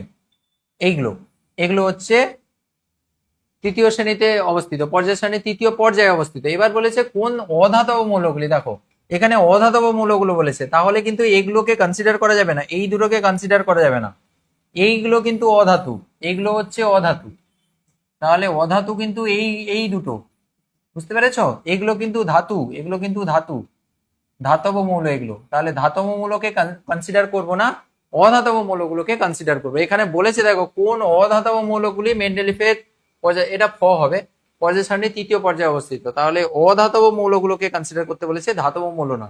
তাহলে অধাতু হিসাবে এই দুটো হবে, সালফার এবং ক্লোরিন, এগুলো একদম ডান দিকে রয়েছে, তাই না? আচ্ছা, কোন মৌলের তড়িৎ ঋণাত্মকতা সর্বাধিক? তড়িৎ ঋণাত্মকতা সর্বাধিক এদের মধ্যে কোনটা? ফ্লোরিনের, এটা আর বলার অপেক্ষা রাখে না। 3-এ তাহলে কোনটা হবে? ফ্লোরিন হবে অ্যান্সার, ঠিক আছে? ফ্লোরিন, এটা হচ্ছে ফ্লোরিন হবে অ্যান্সার। 10 মিনিট ব্রেক, আচ্ছা ঠিক আছে, এইটা হয়ে যাক, তারপরে 10 মিনিট ব্রেক দেবো। তারপরে এই যে আমাদের কোশ্চেন প্রায় শেষের পথে। আচ্ছা, এইটা তো এক্ষুনি আমরা করলাম, ওই যে জেটের কনসেপ্টে যেটা করছিলাম, সেম সেম। এবিসি 3টি মৌলের পারমাণবিক ক্রমাঙ্ক পুরো সিমিলার টাইপ। সেখানে ছিল ওই যে এবিসির ক্ষেত্রে একজনের জেড দিয়েছিল, একটার ক্ষেত্রে হচ্ছে Z-1 ছিল, এটা হচ্ছে Z+2, পুরো সিমিলার কনসেপ্ট, একই কনসেপ্ট। দেখো এবিসি মৌলগুলি দীর্ঘ পর্যায় শ্রেণীতে কোন শ্রেণীতে অবস্থান করে? এখানে দীর্ঘ পর্যায় সারণীতে বলেছে, তাই সেখানে যেটা গ্রুপ 7 লিখেছিলাম এখানে গ্রুপ 17 করবে, বুঝতে পেরেছো? আর সেখানে যেটা 0 শ্রেণীর ছিল সেটাকে গ্রুপ 18 করবে। এখানে আধুনিক দীর্ঘ পর্যায় শ্রেণীতে 0 নেই, ওখানে 18 আছে, তাই না? আর 7টা 17 হয়ে যাবে। পুরো সিমিলার, একদম সিমিলার কনসেপ্ট। যদি বলো আমি করে দেবো, না হলে পারলে তাহলে ছেড়ে দেবো। বলো এটা পারবে তো? ছেড়ে দেবো তাহলে। এটা পারবে, আমি তো শিওর তোমরা পারবে এটা, ঠিক আছে? নেক্সট, ইউরেনিয়ামোত্তর মৌল কাকে বলে? এগুলো হয়ে গেছে। উদাহরণ, কোন পর্যায়ে অবস্থিত জানো এগুলো? 7 নম্বর পর্যায়ে অবস্থিত এটা, 7ম পর্যায়ে অবস্থিত এটা। আচ্ছা, পর্যায় সারণী রচনায় মেন্ডেলিফের অবদান, লং কোশ্চেন, এটা 23-এ দিয়ে দিয়েছিল। তো মেন্ডেলিফ ওই প্রথম, উনি ফার্স্ট কি করেছিলেন, ডোবরিনারের ত্রয়ী সূত্র, অষ্টক সূত্রের পরে একদম ঠিকঠাক সিস্টেমেটিক ভাবে পর্যায় সারণী সাজানো, কিন্তু মানে সাজানোর যে তত্ত্ব উনিই দিয়েছিলেন, যে মৌলগুলির ভৌত এবং রাসায়নিক ধর্ম তাদের পারমাণবিক গুরুত্ব বৃদ্ধির সঙ্গে সঙ্গে পর্যায়ক্রমে পুনরাবৃত্ত হয়। উনার থেকে কিন্তু প্রথম একটা সিস্টেমেটিক একটা পর্যায় সারণীর যে তালিকা, মানে মৌলগুলোর যে সিস্টেমেটিক যে তালিকা কিন্তু প্রথম উনার থেকে এসেছিল, ঠিক আছে? এই ধরনের কোশ্চেন যদি আসে, তার যদি মানে অর থাকে, অর গুলো করার চেষ্টা করবে। এগুলোতে এই অবদান লেখো মানে অনেক লেন্দি কোশ্চেন, ঠিক আছে? এবার স্যার কোনটা চাইছেন, তুমি কোনটা লিখছো, এই ধরনের কোশ্চেন গুলোকে স্কিপ করার চেষ্টা করে, যদিও অথবা থাকে। যদি বাধ্য হও তাহলে লিখবে, কিন্তু না হলে স্কিপ করার চেষ্টা করবে, ঠিক আছে? নেক্সট চ্যাপ্টার যাচ্ছি। হয়ে গেছে। কোনো পরমাণুর পারমাণবিক ব্যাসার্ধ বলতে কি বোঝায়? পারমাণবিক ব্যাসার্ধ জানো তোমরা, যে নিউক্লিয়াস থেকে শুরু করে বহিস্থ কক্ষের ইলেকট্রন মেঘের যে দূরত্ব, পরমাণু নিউক্লিয়াস থেকে শুরু করে বহিস্থ কক্ষে ইলেকট্রন মেঘের দূরত্বকে বলা হচ্ছে পারমাণবিক ব্যাসার্ধ। দীর্ঘ পর্যায় সারণী গ্রুপ 14 এর প্রথম তিনটি মৌলিক পদার্থ কার্বন, সিলিকন, জার্মেনিয়ামকে তাদের পারমাণবিক ব্যাসার্ধের ঊর্ধ্বক্রমে সাজাতে বলেছে। পারমাণবিক ব্যাসার্ধ উপর থেকে নিচে তো ধীরে ধীরে বাড়তে থাকে, তাহলে পারমাণবিক ব্যাসার্ধ কি হবে? সবচেয়ে কম হচ্ছে কার্বন, তারপর সিলিকন, তারপরে জার্মেনিয়ামের হচ্ছে সবচেয়ে বেশি, তাই না? এগুলো। আধুনিক পর্যায় সারণীতে হাইড্রোজেনের অবস্থান ব্যাখ্যা করো। হাইড্রোজেনের অবস্থান, এই সব একই টাইপের কোশ্চেন, সিমিলার টাইপের কোশ্চেন। হাইড্রোজেনকে দুষ্টু মৌল বলা হয় কেন? এই সব সিমিলার টাইপের কোশ্চেন। হাইড্রোজেনের স্থান বিতর্কিত কেন পর্যায় সারণীতে? সব একই টাইপের কোশ্চেন। শুধু তুমি দুটো জিনিস খেয়াল রাখবে, এই দুটো জিনিস লিখতে ভুলবে না, যে গ্রুপ 1 এর সঙ্গেও সাদৃশ্য রয়েছে হাইড্রোজেনের, আর গ্রুপ 17 এর সঙ্গেও সাদৃশ্য রয়েছে, বা গ্রুপ 7 এর সঙ্গে সাদৃশ্য রয়েছে। তুমি দুজনের দেখিয়ে দেবে যে সাদৃশ্যগুলো কি কি রয়েছে। গ্রুপ 1 এর এলিমেন্ট গুলো, যেরকম গ্রুপ 1 এ হাইড্রোজেন যদি থাকে, গ্রুপ 1 এর মতো সে ক্যাটায়ন ফর্মেশন করে, H+ আয়ন উৎপন্ন করে। গ্রুপ 1 এর এলিমেন্ট গুলোর মধ্যে সে কি হতে পারে? হ্যালোজেনের সঙ্গে যুক্ত হতে পারে, হ্যাঁ, ইলেকট্রন ছাড়তে পারে। তো এই যে প্রপার্টি গুলো যেগুলো রয়েছে সেগুলো কিন্তু তোমাকে ইনক্লুড করতে হবে। আর গ্রুপ 17 এর সঙ্গে আবার তার গ্রুপ 17 এর এলিমেন্ট গুলো যেরকম দুটো পরমাণু মিলে মৌলের অণু তৈরি করে, সেরকম হাইড্রোজেনও ক্লোরিন, ফ্লোরিন, ব্রোমিনের মতো Cl2, Br2, I2 এর মতো এও কিন্তু H2 তৈরি করতে পারে। তাদের যেরকম হ্যালাইড তৈরি, মানে তাদের ক্ষেত্রে কি হয়? হাইড্রোজেনের ধাতুর সঙ্গে যুক্ত হতে পারে, সোডিয়ামও ধাতুর সঙ্গে যুক্ত হতে পারে, সোডিয়াম হাইড্রাইড, লিথিয়াম হাইড্রাইড তৈরি করে। আর হ্যালোজেন গুলো হাইড্রাইটের সঙ্গে, হাইড্রোজেনের সঙ্গে যুক্ত হতে পারে, তাই না? তো এইরকম সাদৃশ্য, আর মানে 1 নম্বর গ্রুপের সঙ্গে সাদৃশ্য, 17 নম্বর গ্রুপের সঙ্গে সাদৃশ্যগুলো দেখিয়ে দেবে। তো বইতে রয়েছে এগুলো, আর ডিসকাস করছি না, ঠিক আছে? দীর্ঘ পর্যায় সারণীতে দ্বিতীয় পর্যায়ে কতগুলো মৌল রয়েছে? 8টি মৌল রয়েছে। এই পর্যায়ের শেষ মৌলটির নাম কি? মৌলটি কোন গ্রুপে অবস্থিত? জানো তোমরা এগুলো সব। দ্বিতীয় পর্যায়ের শেষ মৌল কে রয়েছে? হিলিয়াম, নিয়ন। নিয়ন রয়েছে, এবং কোন গ্রুপে অবস্থিত? 8 নম্বর গ্রুপে অবস্থিত, 18 নম্বর গ্রুপে অবস্থিত আধুনিক দীর্ঘ পর্যায় সারণীতে। আর মেন্ডেলিফের সংশোধিত রূপে শূন্যতে রয়েছে। তো আধুনিক দীর্ঘ পর্যায় সারণীতে 18 নম্বর শ্রেণীতে রয়েছে, ঠিক আছে? আর একটা কোশ্চেন, কোন মৌলের পরমাণু 17টি ইলেকট্রন, 18টি নিউট্রন রয়েছে? কোন কণাটির সংখ্যা দ্বারা মেন্ডেলিফের পর্যায় সারণী অবস্থা নির্ণয় করা যায়? কোন সংখ্যা দ্বারা বলো তো? কোন সংখ্যা দ্বারা? 17 না 18 দ্বারা ওই কণাটির হচ্ছে মেন্ডেলিফের পর্যায় সারণীতে অবস্থা নির্ণয় করা যায়? বলো বলো, এইটা সবাই অ্যান্সার দাও তো। আর একটা কোশ্চেন দিলে অর্গানিকে শিফট করে যাব। বলো, কোন মৌলের পরমাণু 17টি ইলেকট্রন রয়েছে, 18টি নিউট্রন রয়েছে? কোন সংখ্যাটির দ্বারা মেন্ডেলিফের পর্যায় সারণীতে অবস্থান নির্ণয় করা যায় না বলেছে? আচ্ছা, যায় বলেছিলাম, যায় না। বলো কোনটা দ্বারা যাবে না? বলো, যাবে না। কোনটা দ্বারা যাবে না? নিউট্রন। নিউট্রন দ্বারা অবস্থান নির্ণয় করা যায় না, তাই না? তাহলে অ্যান্সার হচ্ছে এখানে কি? অ্যান্সার হচ্ছে 18, তাই না? এটা দ্বারা নির্ণয় করা যায় না। এটা হচ্ছে তার নিউট্রন সংখ্যা, এটা হচ্ছে তার নিউট্রন সংখ্যা। নিউট্রন সংখ্যা দিয়ে আমরা কখনো পর্যায় সারণীতে আমরা অবস্থা নির্ণয় করতে পারি না। কি সংখ্যা দ্বারা? তার প্রোটন সংখ্যা বা ইলেকট্রন সংখ্যা দ্বারা আমরা, ইলেকট্রন সংখ্যা যা হয় প্রোটন সংখ্যা তাই হয়, তাহলে প্রোটন সংখ্যা দ্বারা আমরা নির্ণয় করতে পারি, বা ইলেকট্রন সংখ্যা দ্বারা। আচ্ছা, মৌলটি মেন্ডেলিফের পর্যায় সারণী কোন পর্যায়ে কোন শ্রেণীতে জানো? 17 নম্বর গ্রুপের এলিমেন্ট কে? ক্লোরিন। তো 17 নম্বর গ্রুপে রয়েছে। আর কোন পর্যায়ে কোন গ্রুপের অবস্থিত? কোন পর্যায়ে? 3 নম্বর পর্যায়ে রয়েছে, তৃতীয় পর্যায়ে রয়েছে ক্লোরিন, তৃতীয় পর্যায়ে। আর শ্রেণী কোনটা? গ্রুপ হচ্ছে 17 থাকে, এটা, ঠিক আছে?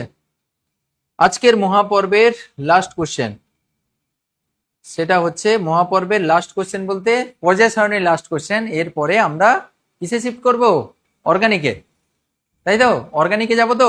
অর্গানিক কি করব বলো? অর্গানিক না তড়িৎযোজী সমযোজী যৌগ, না পরমাণু নিউক্লিয়াস, না রাসায়নিক গণনা? এগুলোর মধ্যে কোনটা? বলে ফেলো তাড়াতাড়ি করে। নাকি 5 মিনিটের রেস্ট, 5 মিনিটের ব্রেক? বড় ব্রেক এখন না, বড় ব্রেক পরে হবে। ছোট্ট ব্রেক যদি চাও, না হলে কন্টিনিউ চলতে থাকুক। আস্তে আস্তে গল্প করছি, পড়ছি তো, কি আছে? একটি মৌলের পরমাণুর কে কক্ষে 2টি, এল কক্ষে 8টি এবং এম কক্ষে 7টি ইলেকট্রন আছে। ভালো কথা, ভালো ভালো ভালো ভালো। মৌলটির যোজ্যতা কত? মৌলটির যোজ্যতা কত জিজ্ঞাসা, মানে ইলেকট্রন বিন্যাস কি গো? 2, 8 আর হচ্ছে 7। তাহলে মৌলটির যোজ্যতা কত? এবার যোজ্যতা যদি হাইড্রোজেন ভিত্তিক যোজ্যতা বলো, তাহলে এর হচ্ছে যোজ্যতা সবসময় 8-এর থেকে বিয়োগ করতে হয়। মানে 4 অবধি তার বহিস্থ কক্ষের ইলেকট্রন হচ্ছে তার যোজ্যতা, 4-এর পর থেকে কিন্তু 8 মাইনাস তার বহিস্থ কক্ষের ইলেকট্রন, তাহলে এর যোজ্যতা কিন্তু 1 হবে, ঠিক আছে? মানে ক্লোরিনের ক্ষেত্রে, তো এটা তো ক্লোরিনের ক্ষেত্রে বুঝে গেছো। আর এমনি তুমি ক্লাস 11-এও পড়বে যে বহিস্থ কক্ষে, মন দিয়ে শুনবে, বহিস্থ কক্ষে যদি 4টা ইলেকট্রন থাকে তাহলে সেটাই হচ্ছে তার যোজ্যতা। কিন্তু তারপর থেকে যদি 5 থেকে 5, 6, 7 তাদের ক্ষেত্রে কিন্তু 8 মাইনাস তার বহিস্থ কক্ষের ইলেকট্রনটাকে বিয়োগ করতে হবে, দিলে তার যোজ্যতা পেয়ে যাবে। ঠিক আছে, তাহলে যোজ্যতা হলো, যোজ্যতা হচ্ছে এটা, এটা হচ্ছে তার যোজ্যতা, এটা হচ্ছে তার যোজ্যতা, যোজ্যতা যোজ্যতা যোজ্যতা ইকুয়ালস টু 1। ঠিক আছে, মৌলটির ভর সংখ্যা 37 হলে নিউট্রন সংখ্যা কত? ভর সংখ্যা 37 হলে তার নিউট্রন সংখ্যা, দেখো তার নিউট্রন সংখ্যা জিজ্ঞাসা করেছে, তাহলে যে কোনো এলিমেন্ট, এটা যে কোনো এলিমেন্ট না, তুমি বুঝতে পারছো ক্লোরিন এটা, তাহলে তার ভর সংখ্যা কত বলেছে? 37 বলে দিয়েছে। অ্যাটমিক নাম্বার কত? 17। তো এগুলোকে যোগ করে দিলে তার অ্যাটমিক নাম্বার চলে আসবে। অ্যাটমিক নাম্বার কত হবে? অ্যাটমিক নাম্বার হচ্ছে 2 + 8 + 7 মানে 17 হচ্ছে তার অ্যাটমিক নাম্বার। তাহলে এই নিউট্রন সংখ্যা আসে কোত্থেকে? নিউট্রন সংখ্যা এই দুজনকে বিয়োগ করলে আসে, তাহলে নিউট্রন সংখ্যা আসে 37 মাইনাস হচ্ছে 17, তাহলে 17 দুগুণে 34, 35, 36, 37, 3, 17 3 20, তাহলে 20 হচ্ছে তার নিউট্রন সংখ্যা। আর মৌলটি পর্যায় সারণী কোন শ্রেণীতে অবস্থান করে? কোটি কোটি বার করেছো, 17 নম্বর গ্রুপে রয়েছে, ক্লোরিন হচ্ছে 17 নম্বর গ্রুপে থাকে, এটা হচ্ছে গ্রুপ নাম্বার 17। তাহলে এর সঙ্গে শেষ হয়ে গেল আমাদের পর্যায় সারণী। যত রকমের কোশ্চেন ছিল, এর বাইরে আর কি ধরনের কোশ্চেন আসবে, সমস্ত ধরনের কোশ্চেন করে দিলাম। আশা করছি এই যে ক্লাসটা করালাম, এই ক্লাস থেকেই তোমাদের সমস্ত কোশ্চেনগুলো আসবে, হুবহু না আসুক সিমিলার কনসেপ্টে কোশ্চেন চলে আসবে। আমার তো মনে হয় না যে এর বাইরে আর কি ধরনের কোশ্চেন হবে, মানে কনসেপ্ট একই রকম থাকবে কিন্তু এদিক ওদিক ঘোরাবে, কনসেপ্ট সিমিলার থাকবে। ঠিক আছে, তো ভালো করে ক্লাসটা সুন্দর করে, যারা দেখলে না পরে তোমরা, বা যারা দেখবে না বা ভালো করে দেখোনি তাদেরকে বলবো পরে রেকর্ডেড ফর্মে তো ক্লাসটা থাকবে, স্পিডে একবার করে দেখে নেবে, 2x স্পিডে একবার করে দেখে নেবে, সমস্ত কনসেপ্টটা ক্লিয়ার হয়ে যাবে। আর যেহেতু অনেকের প্রবলেম ছিল, বলছিলে যে পর্যায় সারণীর সাথে একটু বুঝতে অসুবিধা হচ্ছে, ওই জন্য ধরে ধরে আমি করালাম, না হলে এত ধরে ধরে করাতাম না, আমি তাড়াতাড়ি করে অ্যান্সার করে দিতাম। তো অনেকে বলছিলে যে পর্যায় সারণী তোমাদের অসুবিধা হচ্ছিল, বুঝতে পারছিলে না, আমি এই জন্য কনসেপ্টের সঙ্গে সঙ্গে কোশ্চেনটা করে দিলাম যাতে পুরো জিনিসটা একবার রিভাইজ হয়ে যায়। ঠিক আছে, এরপরে কি করা হবে বলো? এরপরে কি হবে বলো? আচ্ছা, এখানে একটা মিস্টেক হয়েছে, সেটা হচ্ছে মৌলটির মেন্ডেলিফের পর্যায় সারণীতে বলেছিল, দেখো এই জায়গাটা একটু গন্ডগোল হয়ে গেছে। বলেছিল মেন্ডেলিফের পর্যায় সারণী, আমি যেটা করেছি গ্রুপ 17, এটা হচ্ছে আধুনিক দীর্ঘ পর্যায় সারণীতে, এখানে কিন্তু গ্রুপ 7-এ হবে। মেন্ডেলিফের বলেছে কিন্তু, এটা খেয়াল করবে, মেন্ডেলিফের একজন এখানে বলেছিলে, দেখলাম, ভেরি গুড, কনসিয়াসনেস খুব ভালো তোমার, ওইটা আমরা খেয়াল করিনি। এই পিডিএফ গুলো তোমাদের গ্রুপে দিয়ে দেওয়া হবে, চিন্তা করার দরকার নেই, তোমরা পেয়ে যাবে।